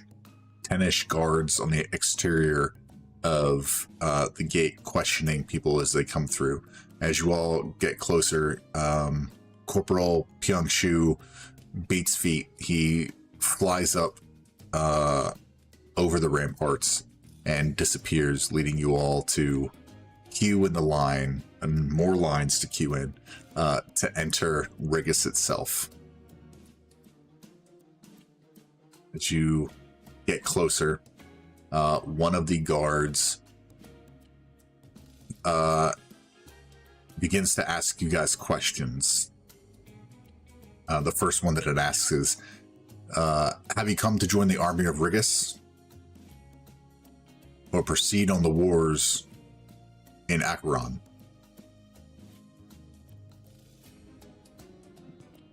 No. Proceed on to the wars of Acheron.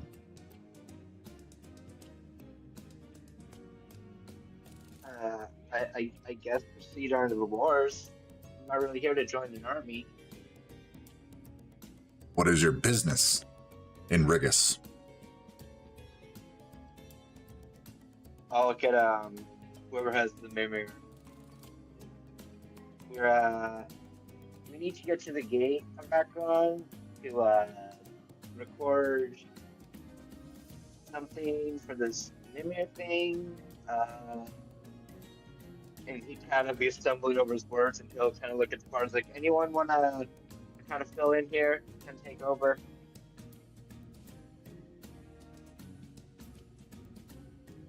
You originally from Rigus? He asks. No, not that I recall. Not that we will remember. Do you have any weapons of interplanar destruction to declare? No. Could you elaborate on that one? I'm interested. Things that can destroy the Well, I'm pretty multiverse. No. When Todd says, could you elaborate, kind of will look back and say, I'm pretty sure we'd know if we'd have something of that caliber.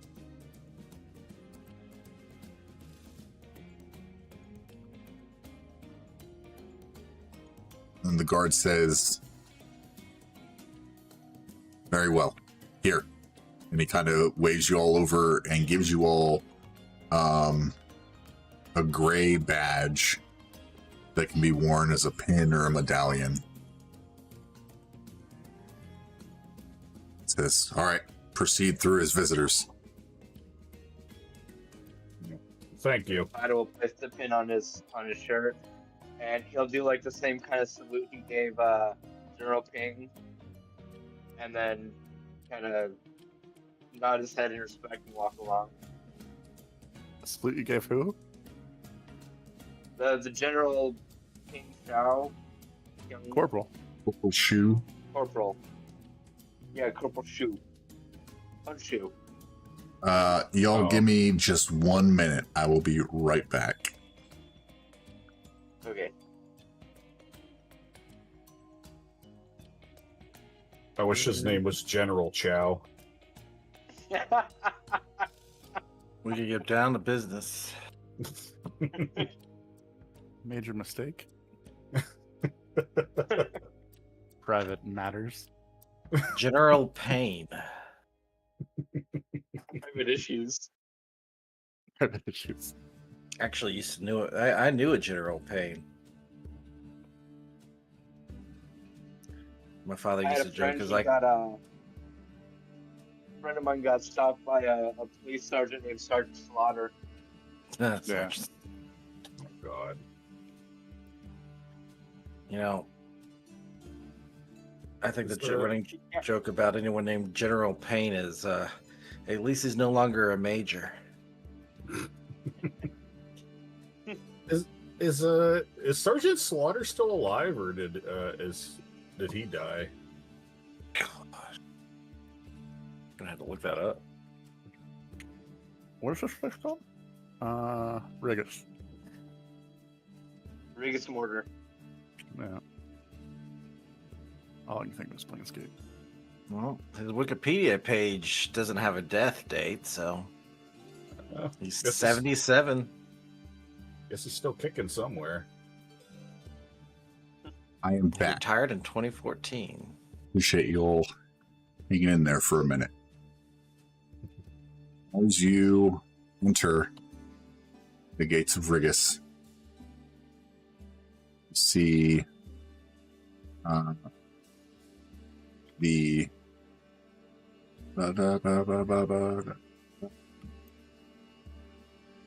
Question. Would Yes. Echo feel that the talisman they are carrying be considered a weapon that was just asked for?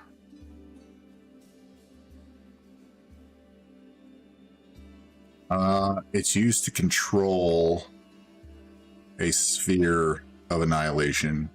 However, it is not. It's just used to control it. So it's like one half. It cannot of, summon it. Right. Okay. Yep. Perfect. Yep. Cool. It's like having I'm a like- Hito car. I'm like, is our cover blown? Like, is he gonna fucking be noticed? No. No. Let's see. As you enter, you see the tiers of the fortified hill in front of you. That Rigus is a monument to military strength. You see 8 octagonal iron walls, menacing and impregnable as you enter further in. These divide the town into 7 stacked rings that are festooned with banners of war. Advanced siege weapons are anchored to their angular battlements as you pass through. Soldiers rise at the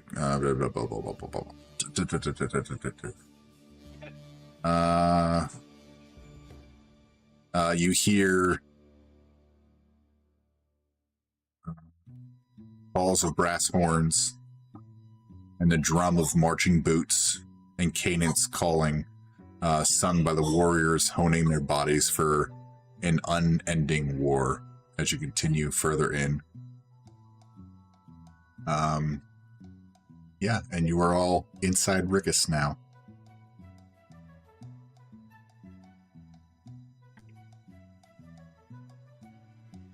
Oh. Well, what would you guys like to do first?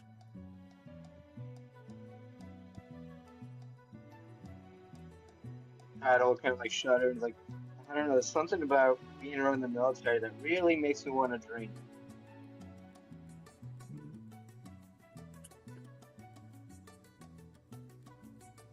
Chow. You guys want to head to Broken Slate. I believe I have a map. We weren't told where we could go or where we couldn't go. Right. We just need to maintain order. And we weren't told to report to anyone either, right? No. Right. You all are visitors. So either, I mean, you can ask around where things are, or, you know.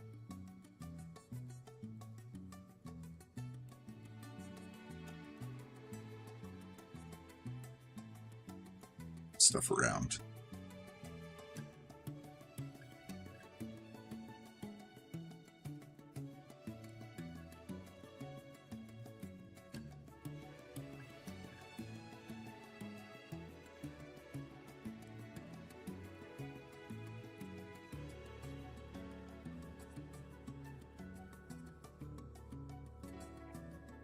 Yeah. Waller, let me come back.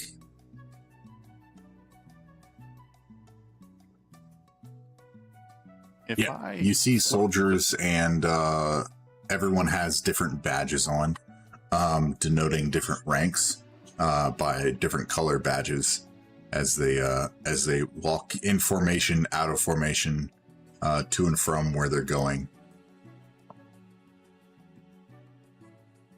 I want to try and pay attention to see if I can't, like, based on everyone's like mannerisms and behaviors, kind of denote which badge and which rank, like color-wise. Oh, good call. Yeah.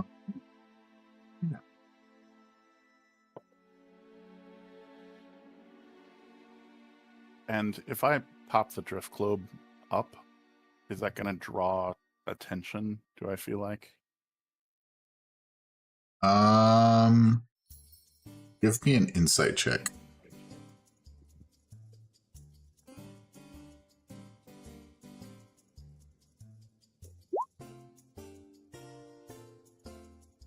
Nine. It may. It's just depending on what you do with it. Okay. I'm just having it float within 5 feet of me. Okay. And follow me, like As you're right over my following. shoulder. It's good. No one really pays you much mind. They're all looking forward of where they're marching. Very good military bearing on how they're moving. Hayata, roll me, as you're looking around, roll me an insight check with advantage. All right. Advantageous.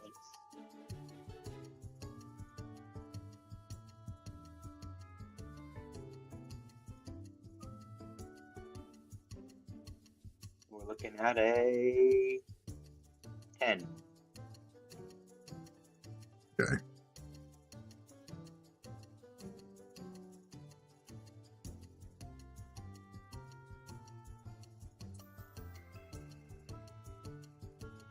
Good enough.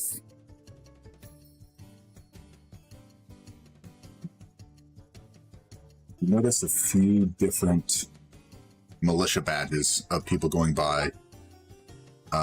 You see some individuals like you are visitors and not members of the military wearing gray badges, insignia, medallions, pins. You see an occasional blue medallion who is marching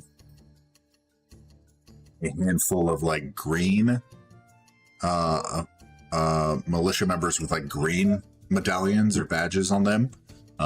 You can assume that the green medallions on way people are moving and being marched and slightly out of step military bearing isn't the best. The green is for new recruits. The blue seems to be like the sergeant equivalent.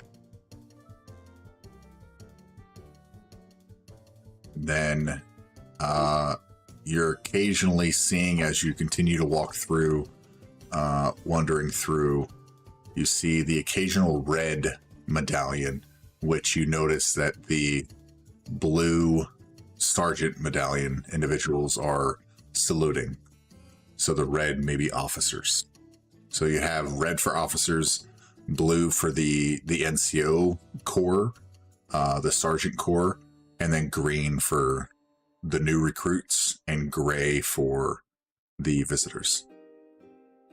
Yeah, so from bottom to top would be gray, green, blue, red. From the ones we've Okay. seen. What you've seen. Yep. There might be more ranks. And yeah, just obviously keep my eye out, keep paying attention to the interactions between the badges. Easy enough.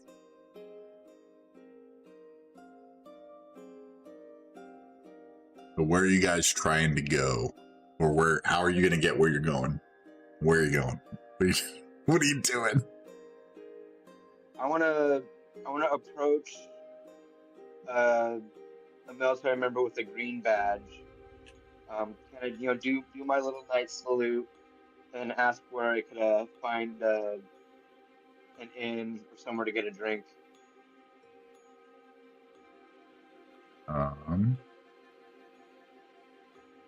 Okay. There's a handful of new recruits, green badges, congregating in a fire team formation, standing off to the side. Even when they're resting, you never see new recruits by themselves. They're always with several others, normally in like a fire team, like 4 of them at a time. And they kind of look at you and see your badge, and they say, hang on, let me get this real quick. Sorry.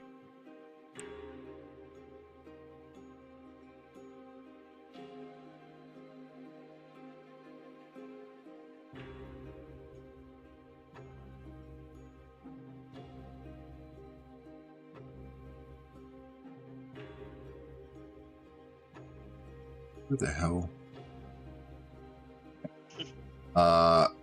He looks at you and he says, don't bother us, slates. We're busy. Go on to the broken slate. It's where all the visitors stay. Now on with you. And he points further into Rigus, to the broken slate in a general direction. You can kind of surmise that he called you all slates, which maybe denotes after the blank, like chalk white badges that you wear, that you're visitors and non-Rigus goers. Everyone's got nicknames. I'll give him a respectful bow and just proceed on my way to slowly to the broken slate, kind of looking back over my shoulder at the party.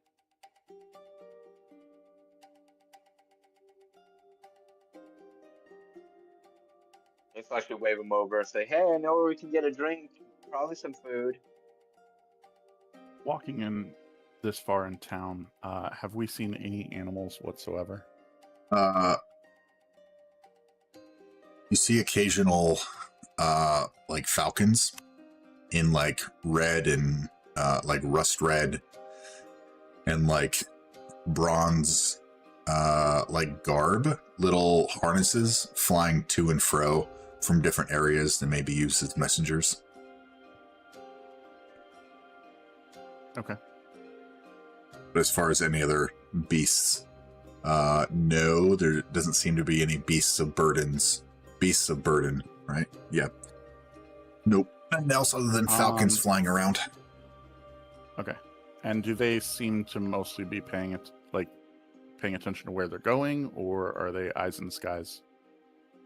Roll me a nature check.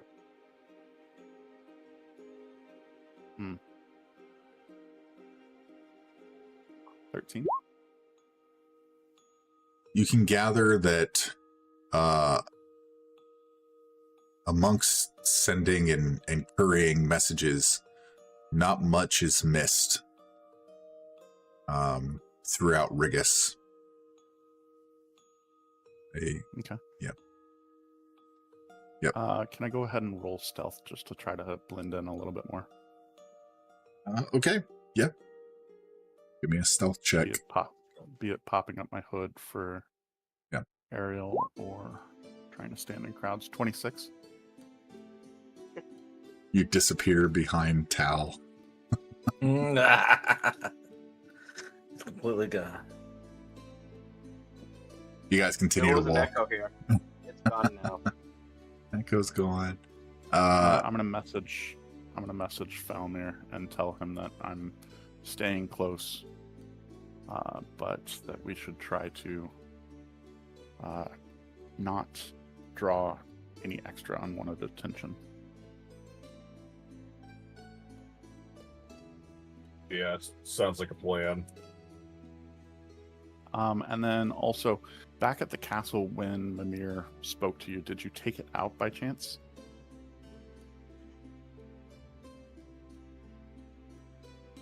Hmm. When it said that we were approaching this town? I didn't. No, I didn't take it out. Okay. Well, then never mind. I probably should have. Not knowing our would I still know our general purpose of mapping out these portals? Yep. Okay. Can I cast detect portal, which gives me direction and distance to the closest portal? What's the distance on that? Within 1 mile. Yeah, you're within a mile. It's so looking forward. Everything is in octagonal shapes. Like Tiered cake. yeah, essentially. And in front of you, the way you went in, it's a straight shot. Each tier has a gate that are open and some are closed, moving forward, but it's in the direction straight that you're going. Okay. I'll go ahead and include that in the message as well.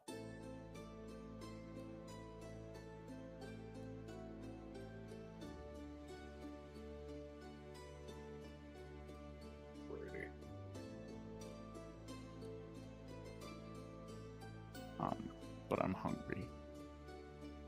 As you guys continue on, you end up at the general direction of a singular building, just on the edge of a rampart, about two tiers in.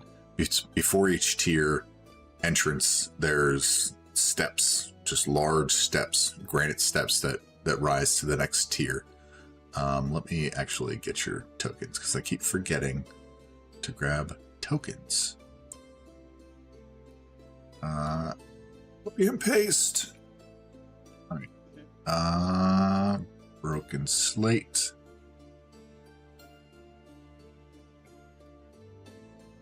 So you have your tokens. You see in front of you a tavern-looking building that has a sign above it, beside the door, that is an actual slate that has a crack running through it, and it says the Broken Slate.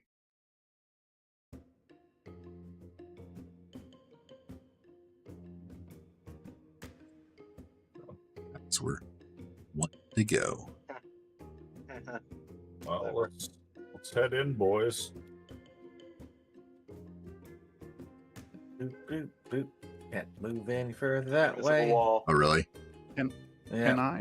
Can I take a moment approaching the building and hanging back? Can I make a note of whether the people coming in and out of this place are all wearing slate badges, or if this is mixed company as well?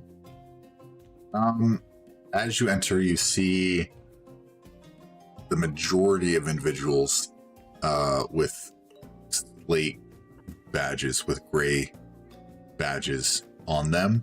There are a handful of people, like one over here and this one here, that have blue badges to them. Okay. I know a lot of these people look alike, but I don't have a plethora of. Yeah. I got that. I just wanted to be able to open that knowledge. Yeah, let me do this. This might be a little easier.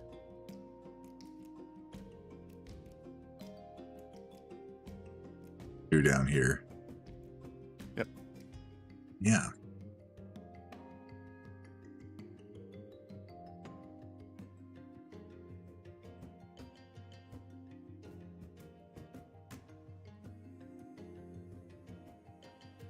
I'm gonna go to the bar and ask for something kind of strong. Second.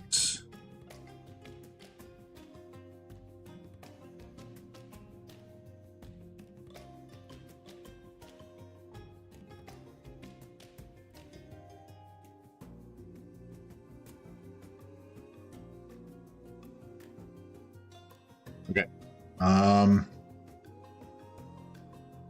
Bartender comes up to the bar where you guys are, and he says, "We have Iron Cask Ale, Marchfire Mead, a Slate Jaw Stout, and Acheron Red, and Tin Soldier." Let me put these. Actually, let me put these in the chat. I'm gonna copy. Let me put these in Roll20 so y'all can I'm a see. sucker for a menu, dude. Yeah, you have a menu. You got me last time. I spent like 20 gold, I think, on drinks. So the Iron Cask Ale is a thick, smoky ale brewed in iron barrels. Leaves a faint metallic tang that locals swear builds grit. And then Marchfire Mead, Slate Jaw Stout, Acheron Red, the Truce Breaker, and the Tin Soldier. Y'all want to pour over that. Named after me. And he says, "Would you like to see our food menu?" Oh yes, please. Okay, let me copy the menu down. Give me 1 second too. I'm gonna copy it and then I'm gonna mute for a second.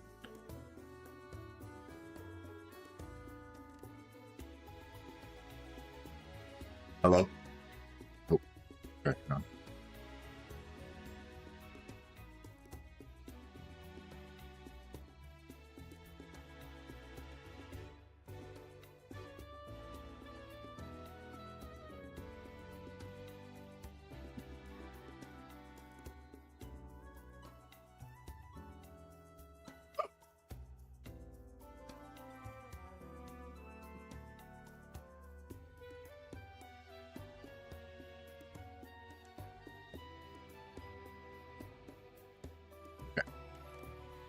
I am back. Okay. So you guys have a drink menu and a food menu. I like giving out menus. They're fun. I have a love-hate relationship with menus. Now I keep looking at them and I'm like, ooh, that looks good. Oh no, that looks good. No, that looks good. That looks good. For the food, Felmir is gonna order one of everything. It's the first Yeah, time having he- food in a while. As I say, he hasn't been able to eat food in a very long time, so he is going to enjoy himself. The food 8 14 21 I'll offer to buy the broken platter. 31 31 35 38 38 silver or 3 gold and 8 silver. for the food. I'll also get the Marchfire meat as well. 6 silver for that. So 4 silver or 4 gold, 2 silver. I believe, right? 4 gold, 4 silver. Yeah. I'll slap 15 gold on the table and tell him to keep the change. Kind of nods and he says, I'll keep this as a tab. Would you also like rooms? Yeah, we're probably gonna need that. Kind of looking over all the drinks. It's like, we're definitely going to need a room. How much would a red bottle be?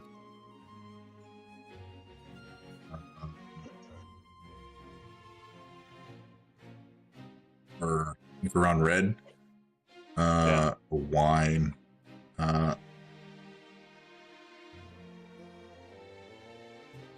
If a goblet's 1 gold.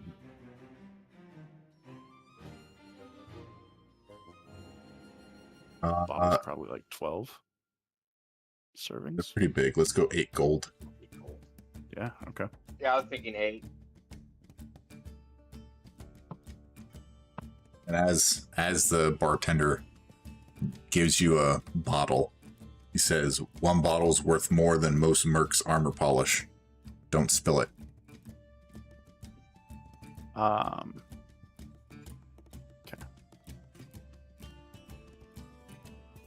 And, I'm getting Iron Cast Ale, a Truce Breaker, and 1 Broken Platter.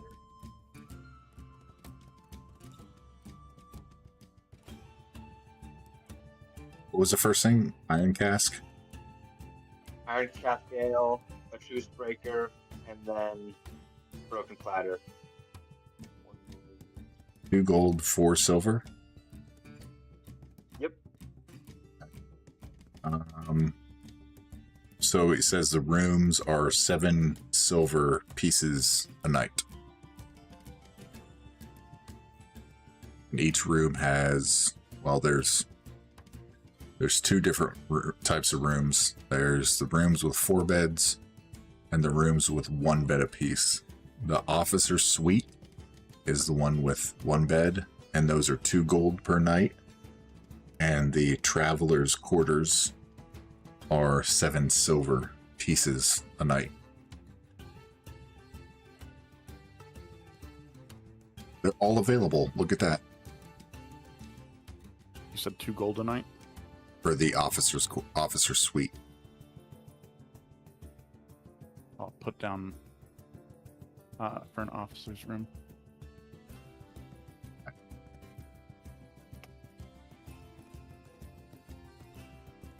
I also was gonna get all the food.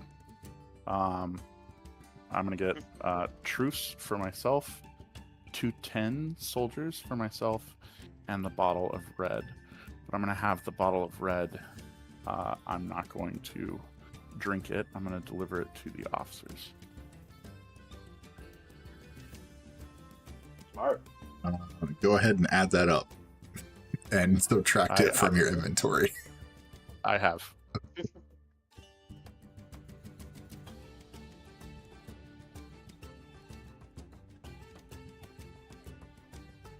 As they bring out all the food and the drinks that y'all would like, the big platters, y'all are free to enjoy your food, discuss what you will, and ask around if you must.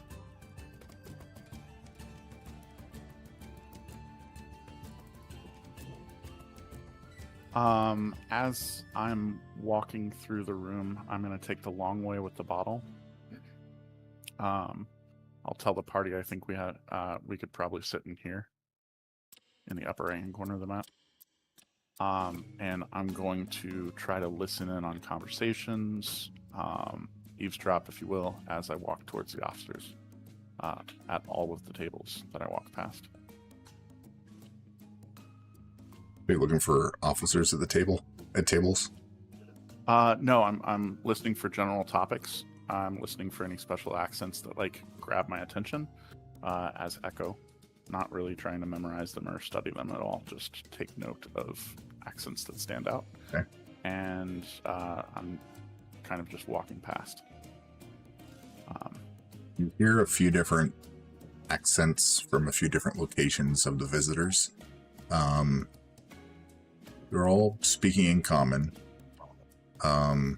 Some sound similar to like Highland Scotch. Some sound kind of French. Some sound a little Middle Eastern. And then listening to, as you walk around the long way, the actual militia members with the green badges, they don't really have any specific accent, but their tone is direct and to the point of what they're saying. And there's definitely some, I don't want to say vulgarity, but there's like cussing thrown in like every few words because they are in the militia. So they have a rather potty mouths. Yes. So you're picking up on some cuss words you haven't heard before.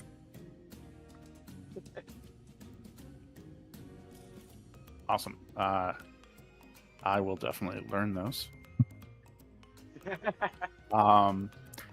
Getting table side, I will show the bottle of red without saying a word and stand there for a moment in silence, just holding the bottle.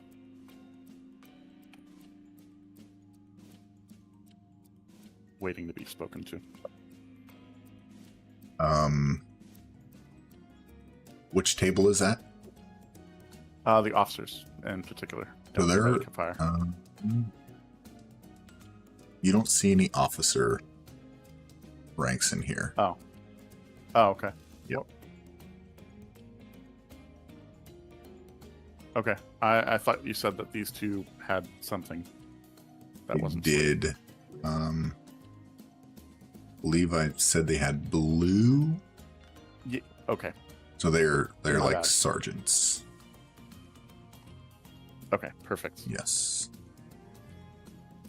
Would you still like I'm to an do that, or do you want to officer of the save military. for? No, Okay. no, that's fine. Yes. But I still observe the silence. I hold the bottle out away from my body as if to make the clear gesture of offering it, but not so far that I'm inviting them to take it from my hands. And I'll stand there in silence for a moment. Look over at you. And they kind of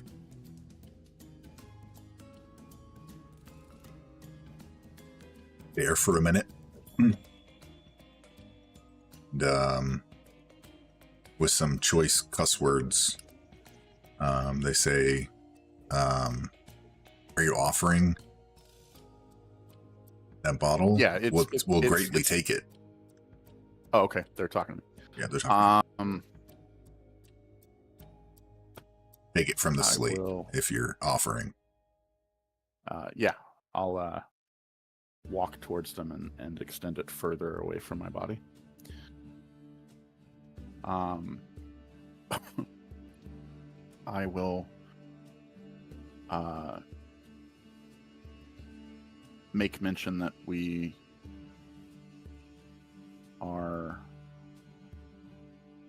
not from around here, and I'll look down at my slate and say that we seek an audience.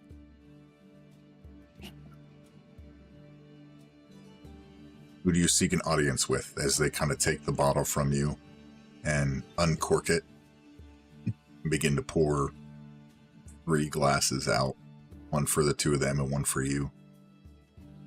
I will say someone of importance.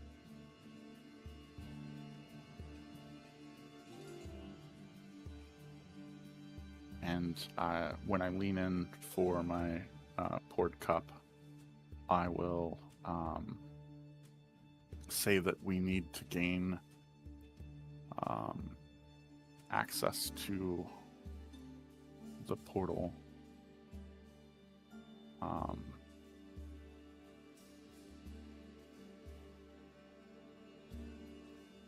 And then I'll take a drink and watch him over the rim of the cup.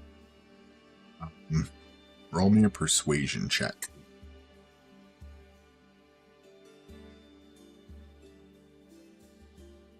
Guidance.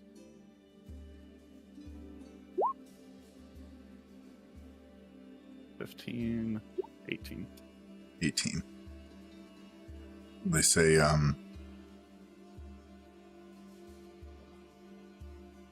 closest officer camp.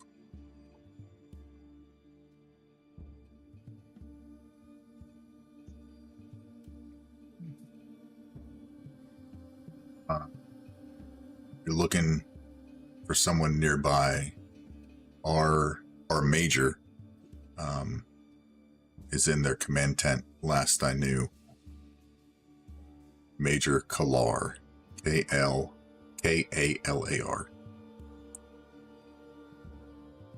Okay. That's And I'll Okay. say in my custom. Yep, go ahead. In my custom, it's good to observe a greeting gift. Is there anything that would smooth that over? They look at the bottles that they're holding, and they say, "This would have probably done the job."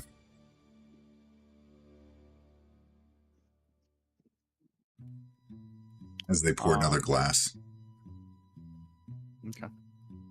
I'll just take the one, finishing it in one go, and I'll set it down on the table. And remaining a little bit bent, I will take 2 steps back up, away from the table before I stand up to my full height.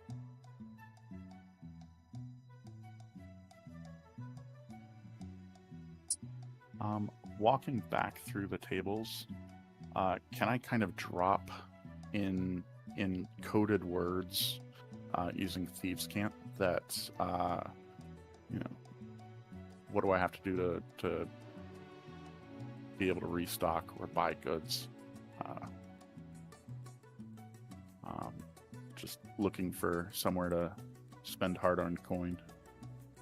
So who are you speaking as I to? make my way back to just muttering to myself in Thieves' Cant so that somebody might be able to pick up on it, and make contact later.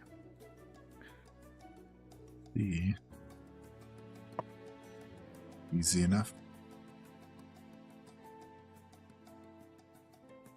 While he was doing this, they pointed you in the direction further inside the layers of Rigus towards the barracks, where Major Kalar would be. While this is happening, what is everyone else doing?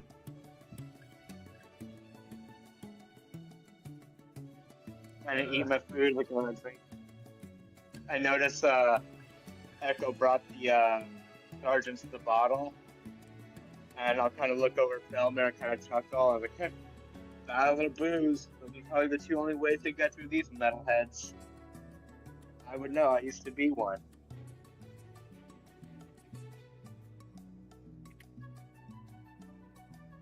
Where is? Oh, okay. Now I see where Echo went. Yeah, I'm just gonna sit here scarfing down my food and drink.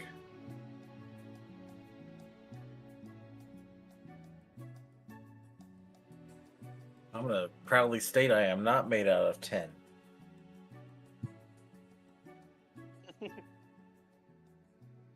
Get a few claps on the back.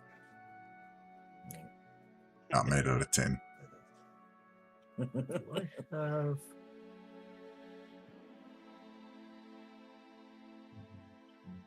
No.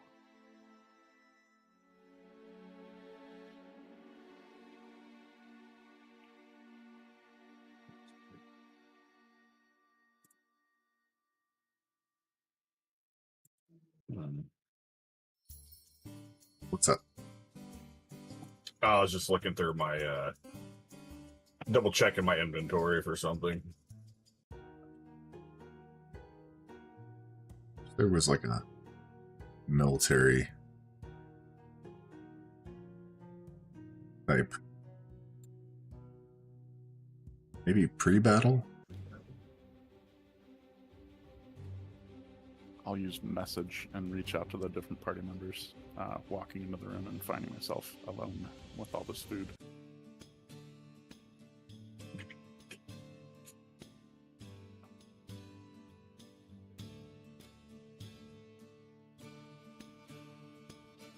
You guys continue to eat your food, drink your libations, and you now have a direction to go to find Major Kalar and speak with them. How much did he say it was for the traveler's room? Is the one with 4 beds, right? Yep. I think it was 7 silver.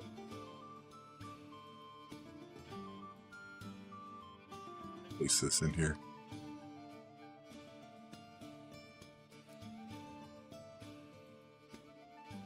It doesn't come with a meal and a drink.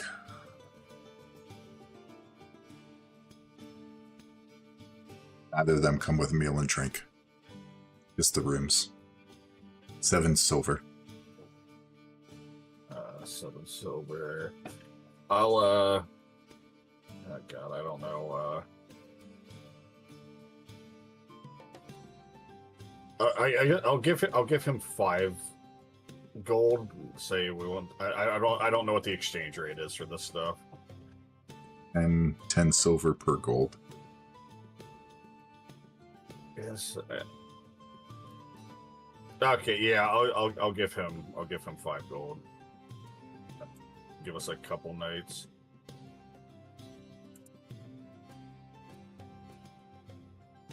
And I'm gonna quickly scarf down my food and drink, and I'm gonna go meet up with in this back corner with Echo.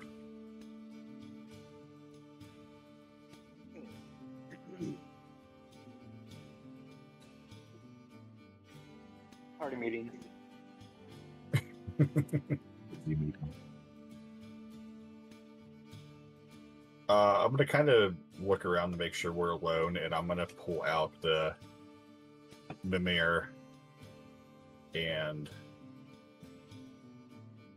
ask it what it can tell us about this place.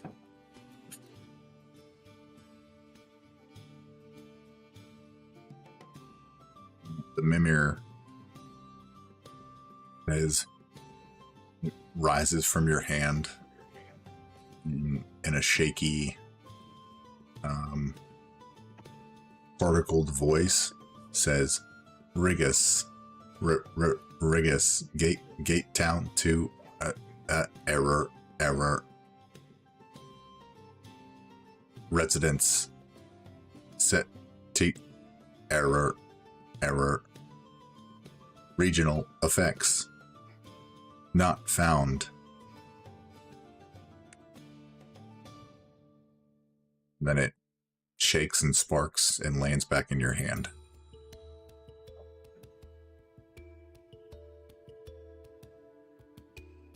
All right. Well, that was useful.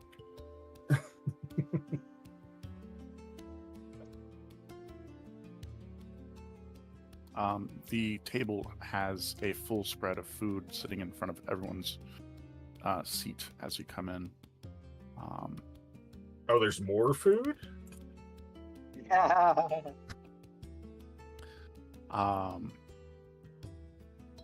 And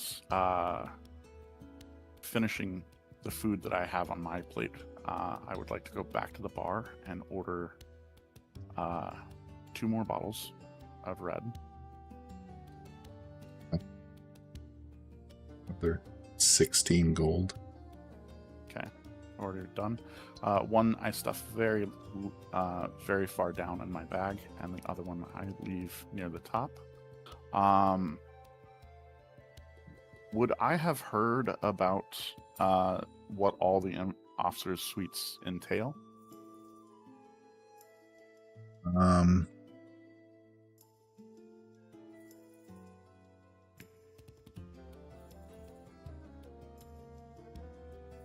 message delivery service.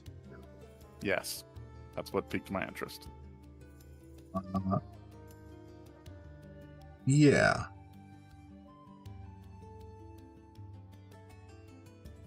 Yeah. Yep, Okay. it does. Presumably like to- with the Falcon. Okay. I would like to scrawl a party description of the party members. Seek audience with Major Kalar. In regards to gaining admittance to Gateway portal.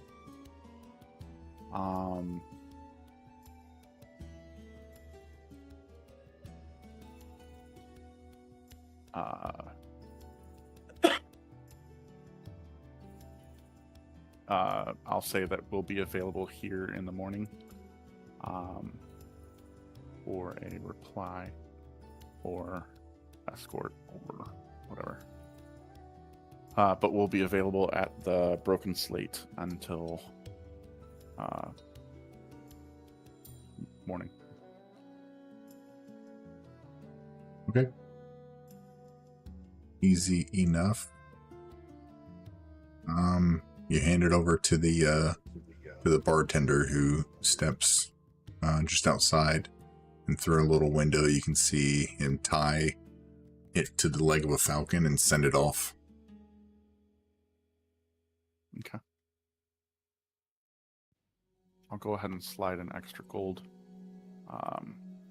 across the bar to him for his services when he returns. Returning back into the room, I will sit down and say that I have greased a couple palms and sent a couple messages, and that we might be able to gain a meeting with a ranking official in the morning. Well done, Echo. He absolutely fucking beams. His neck flares out and ruffles before he takes a moment and shuffles the feathers back down. Tal, are you still at the bar?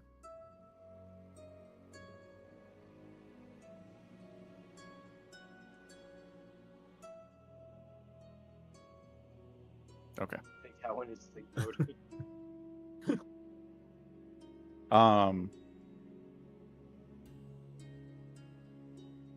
But yeah.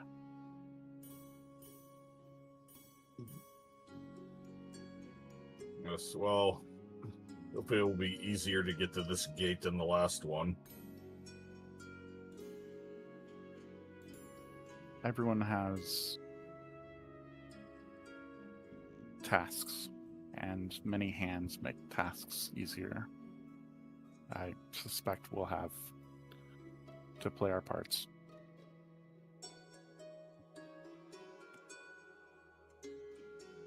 Kind of coming on like, oh, good. I'm getting a little bored. My sword's getting a little restless here. Well, we've managed to stay out of trouble so far.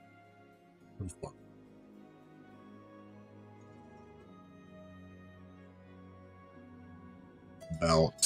Is there... Go ahead. I'll ask either at the bar or walking past the tables. I'll mention that I'm looking for training grounds or a pit.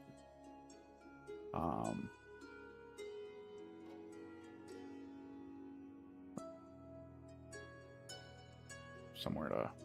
He says on the rearmost layer, they're training grounds, but they're only authorized for new recruits and the militia to train in. They're unable to be observed by visitors due to the regimented procedural practices of their training. So only if, like, you're a member, you're allowed to see it and be part of it.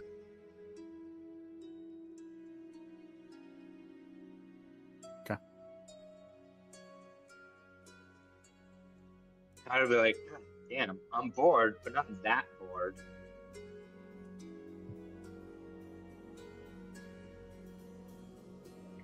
So about an hour or so goes by, and you see on a falcon perch outside, a bird lands with a red sealed letter. The bartender walks outside, grabs it, and brings it into you. Unfortunately, I don't have a handout for it, but he hands it to you guys, and as you open it, it says, visitors of Rigus, there is no time to meet tomorrow, but if you wish for an audience with myself regarding the gate, come to my tent. I am free for the next couple hours. And it's signed Major Nira Kalar.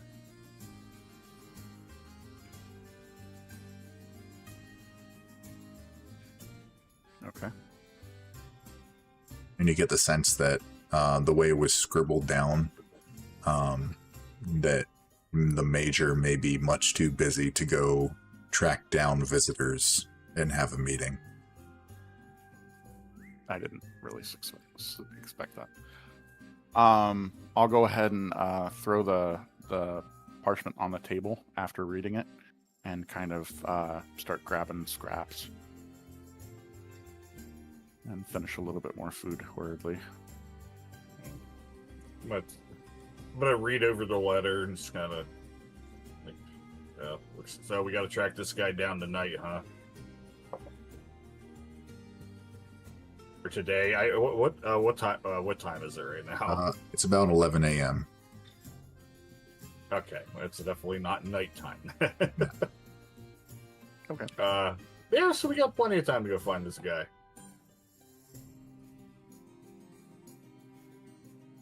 Well, still on a timetable, but Well, I'm gonna hurry up and start eating more of the food on the table, chugging the drinks down before we leave. I'll start like leaning over my plate and eating, like a little bit guarding my plate and eating rushedly. You'll see at times that I look up at the ceiling and kind of straighten my neck a few times.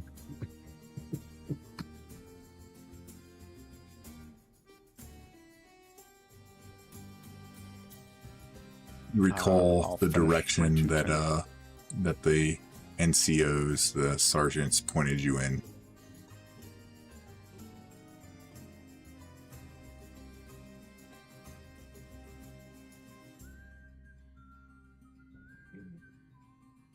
I'll go ahead and start stacking plates.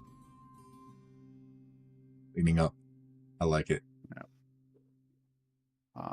Trying to observe any polite niceties. There we go, niceties. And I'll just stack them on the end of the bar I'll before start heading out. heading for the door.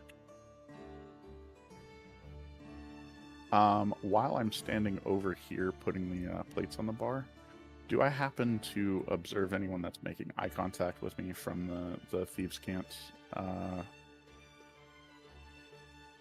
comment earlier? No. Okay. At the minute. Cool. I'll head outside with him. So they point you in the direction They pointed you in the direction of the bunkers. Bunkers.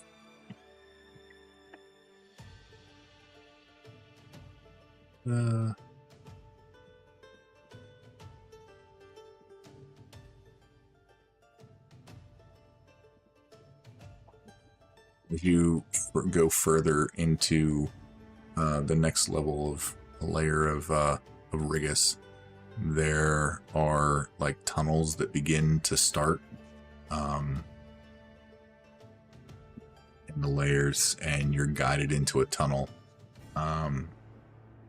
leading to an underground complex of barracks and mess halls that are connected to the several rings, and you start to head in, and you make your way to the location that was denoted to you to push forward.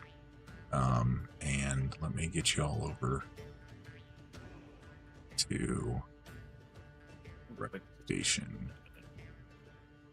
Okay, cool. I already have your tokens there.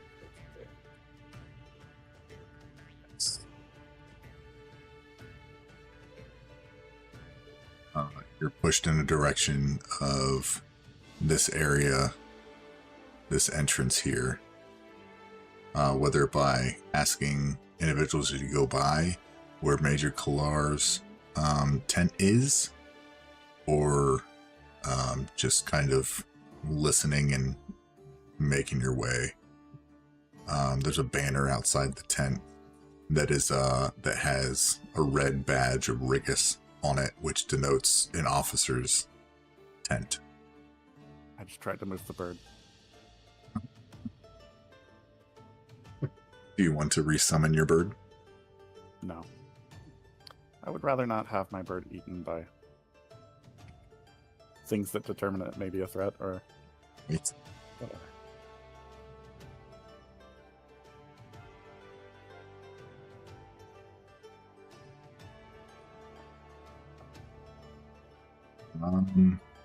You arrive at a field or interior, right? Covered with command tents. It took you a little bit to actually find this one, but through being pushed in the direction or guided to the direction, you see a stony-faced hobgoblin woman in a sharp-looking uniform looks up from a desk poring over papers covered in neat stacks and folded envelopes. Her brow furrows, and she says, "You know, this isn't a welcome center. So if you have something of interest to our cause, speak now." And let me share what she looks like to y'all.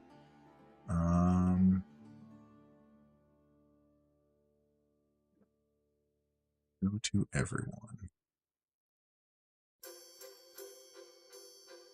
Yes. That's what she looks like.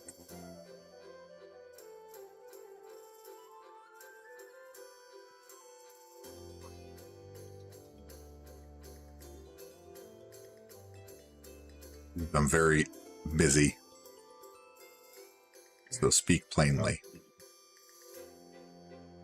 We're here to have a meeting with you. I believe you received a letter. Yes, that's why you're here. What do you want? Echo. All on you, man.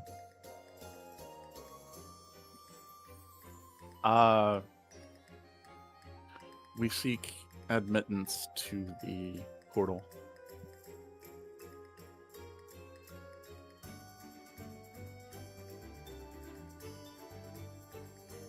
You had Says- mentioned Go ahead. you had mentioned that you are a busy person, and I'll set the bottle down on the table and then back away from the table. We appreciate your time. He says, admittance to the portal is near impossible. It's closed. Of course. Near. And I'll accidentally parrot her tone and mannerisms on the word near. He looks at you and she says, yes. After a series of deadly attacks from the gate's far side, we have closed off the portal. I had heard about the attacks from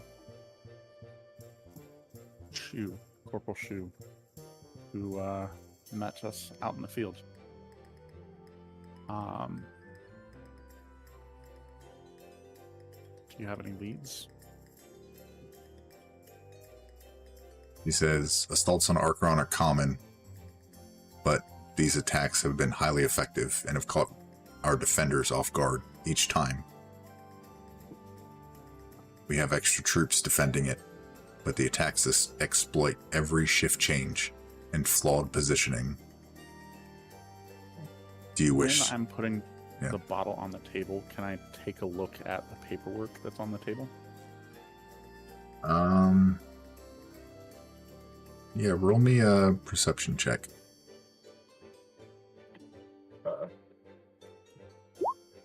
Not great. Okay. Huh. 4 would be nice. No. 17. A lot of them are closed up and folded over in envelopes. She's pretty good at information security. However, you do get a few tidbits about the attacks, and you see scrawled a list of names that are crossed out, and at the top of that list you see insider threat / spy, and some of the names are crossed off. It's like yeah. Okay. No stranger to like infiltration and the such. I would offer our services in the manner of new recruits or somewhere where we could feed false information and flesh out someone.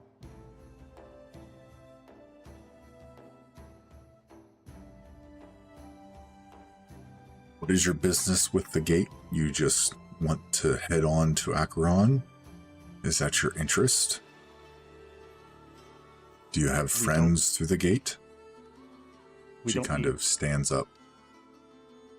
Passage. We just need admittance to. What sort of reason would you need to have admittance to the gate but not cross through, unless you intend to defend it? My head will fully 180 back at Fillmore.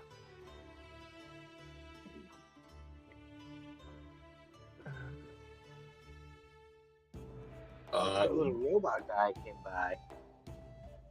We are looking for a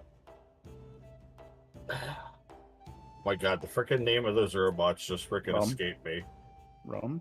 The Quadrome? Autodrome named Rome, and we need to collect some information about the gates to track down his location.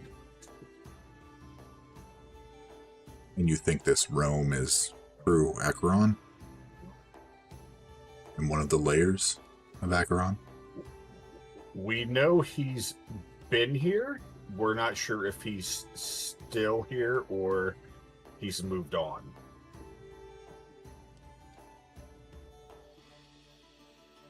And seeing the gate is going to lead you to him how?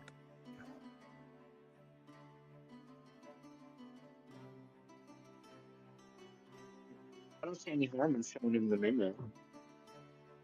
The menu. Well, it will. How do I want to put this?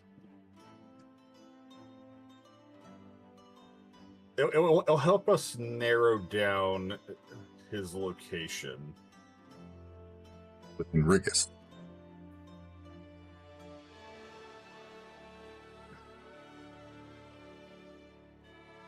Yeah, do I want to just...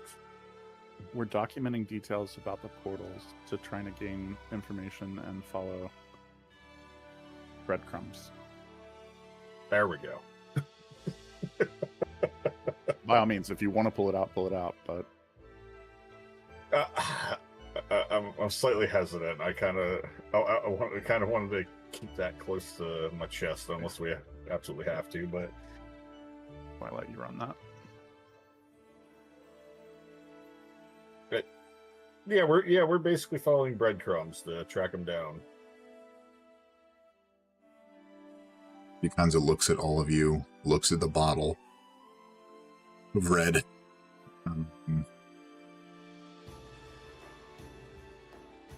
Looks at y'all's weapons and such. And she says, we are currently in the midst of a lockdown protocol for the gate. However, if you can prove that you have any sort of martial aptitude, I will allow you access to the gate. But I need something in return. No, does Oh yeah, side quest. who do you want us to find? Who do you want us to fight?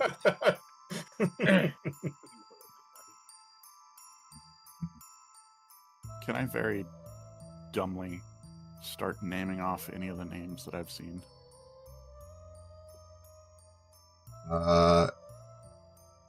Yeah, she will recognize what you're doing, and she will grab the paper that you looked at, and she will flip it over.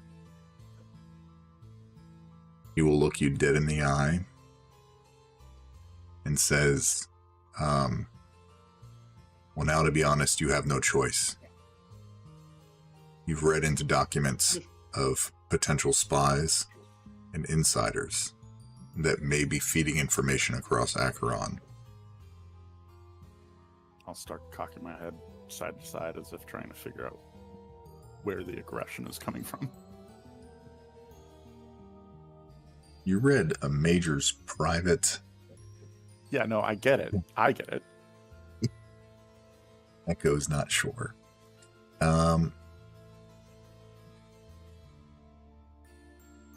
She kind of catches what you're doing and realizes that you don't really understand maybe what you were doing, and she kind of calms it a little bit. She says that I fear we have a spy in our midst.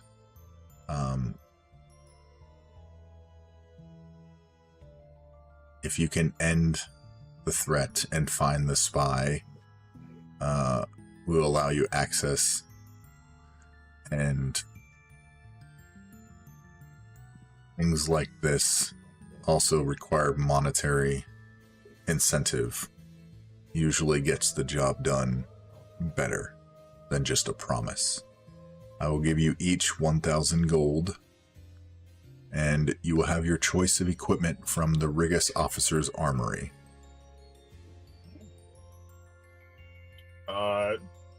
So just so we're clear, do you want this guy dead or alive? We just need to find who the spy is. We will take care of our own. Okay, but if he happens to accidentally die, that'd be cool, right? I'll say unsanctioned and then kill in two different voices. Seems you, I've stumbled across some mercenaries. In Rigus, those who have wronged us stand trial and hopefully face the executioner's squad. Execution squad? The firing squad, essentially. I'll say no breaking my things in two different voices. and give a nod. Vegas has an order that needs to be done. Whoever it is needs to face the punishment of our code of conduct. There are procedures in place to deal with these types of individuals. We need to know that they are the spy, because if they die and you just say the person you killed was a spy or insider, how will we know? A trial needs to happen. Or we need definitive proof. So either or. Live, preferably. Find the proof. I just want to make sure, because sometimes they like to go out fighting. So if anything would to happen, I just want to make sure, we're still cool. We'll just beat them to within an inch of their life.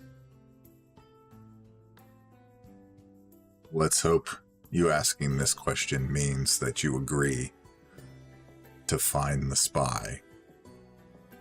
I'll say in her own voice, you have no choice. Very well. I will grant you access to the gate. You will investigate, and you will find the spy, and then we will continue from there. So where's this armory at? It is the officer's armory, and once you have completed the task, you will be able to choose an item from the armory. Oh, after. Oh, I thought you were gonna freaking, get us all stocked up to go fight this guy. But yeah, that's fine too. Can I mix one of the derogatory addressments of myself earlier from, I'm certain, somebody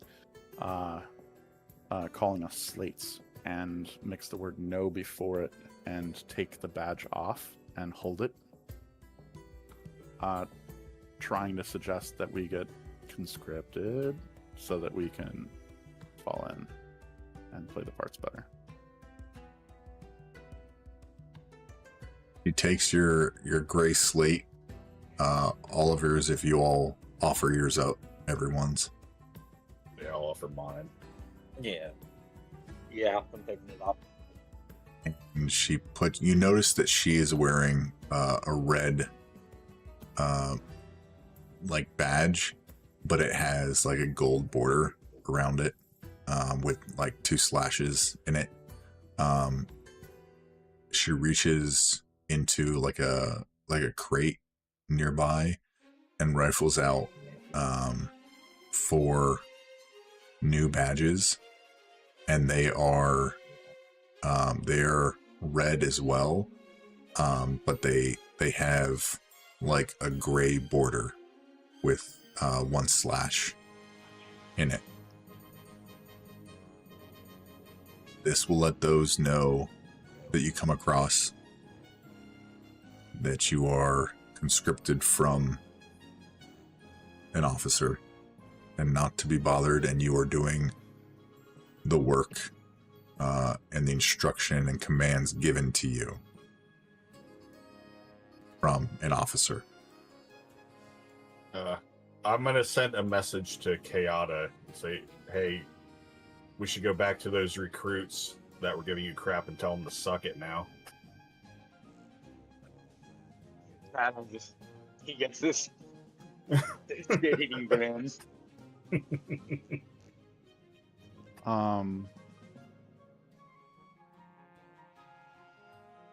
I will ask if there's any leads. We've already crossed off a few people from our list, but if you would like to go talk to our sergeants at the gate, they may be able to give you more insight.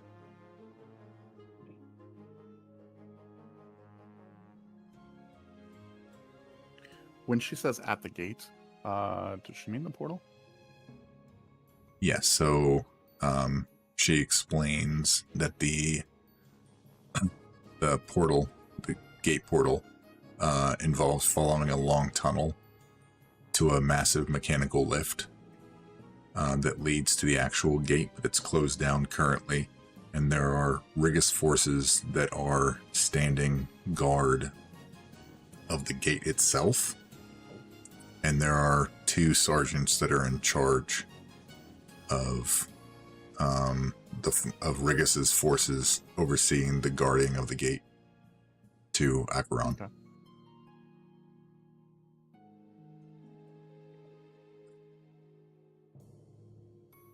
So is the spy? Are you sure it's one of the people on your list, or is there still possibly an unknown? Always an unknown. We have been working our way through our ranks, inside and outside, to try to get a few people off of our list that we had worry of.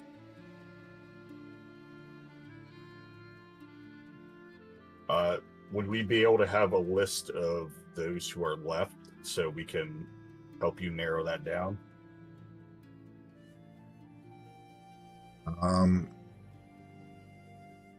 He looks at her list, and most of the names are crossed off, minus a couple names. And she hands you the list.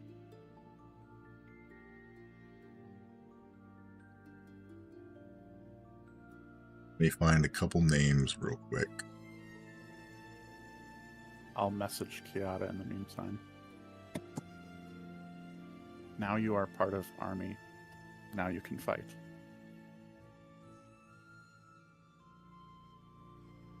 Yeah, I get it. Kind of like the same shit-eating grin, but more of a happy rather than a cause trouble.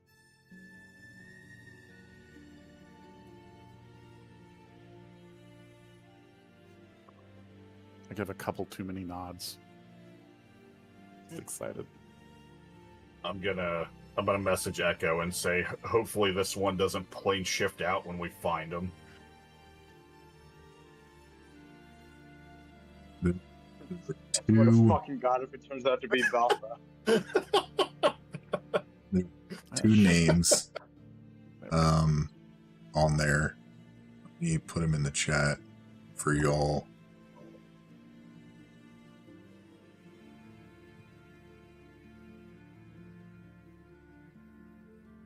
Did she There's take one. our gray slate badges? Yes, Damn it. she gave you new ones.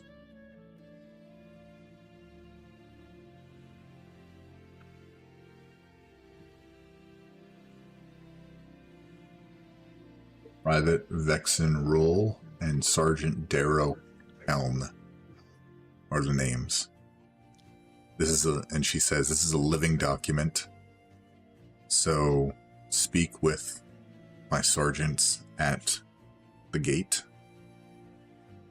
and they will be able to direct you further. These names were just given to us today,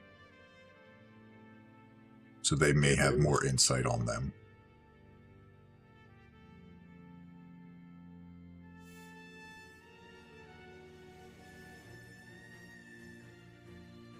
Oh. You have nothing else for us? I suppose we should go get started.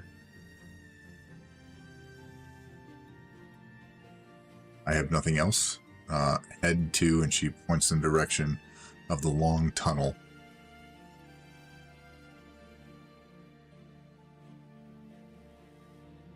She nods, and she goes right back to their work, right back to her, what she was doing at her table, and says, "You are dismissed."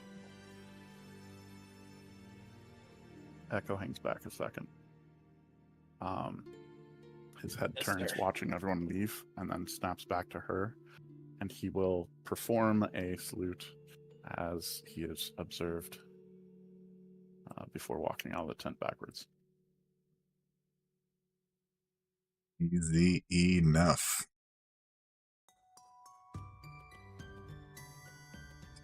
As you all leave Major Kalar's tent on your way to the gate to Acheron to investigate a potential spy giving information to invaders from Acheron who have been attacking very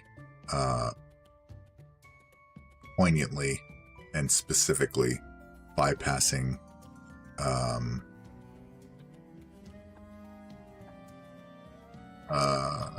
fortified positions and patrol routes and whatnot. That's where we're going to call it for the night. So y'all have a task ahead of you to suss out the spy and meet with the sergeants at the gate of Acheron.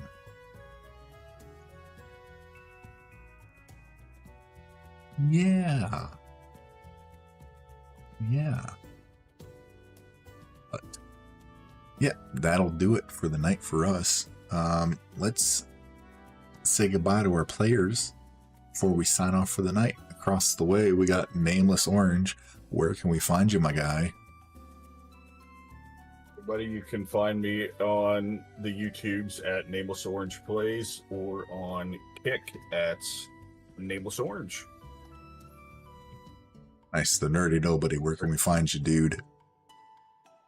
And I'm also on the YouTubes at the Nerdy Nobody. Come check me out. Twisted Fate. Where can we find you? Right here every 2 weeks. Perfect. Always. Prof, last but not least, where can the audience find you? On the X. That's about it. And here. Perfect. All the links to everyone's socials will be in the description of the video when it's uploaded here in a couple days. Stay tuned in 2 weeks where, let's see if I have that up right. Yeah. Where we'll jump into session 15 of Turn of Fortune's Wheel as the party investigates a spy in the midst of the forces of Rigis's militia. Turn of Fortune's Wheel, Planescape Adventure. I am Chaotic Vito. You all are absolutely awesome. Hey, let chaos reign, y'all. And we will see you next time. Good night.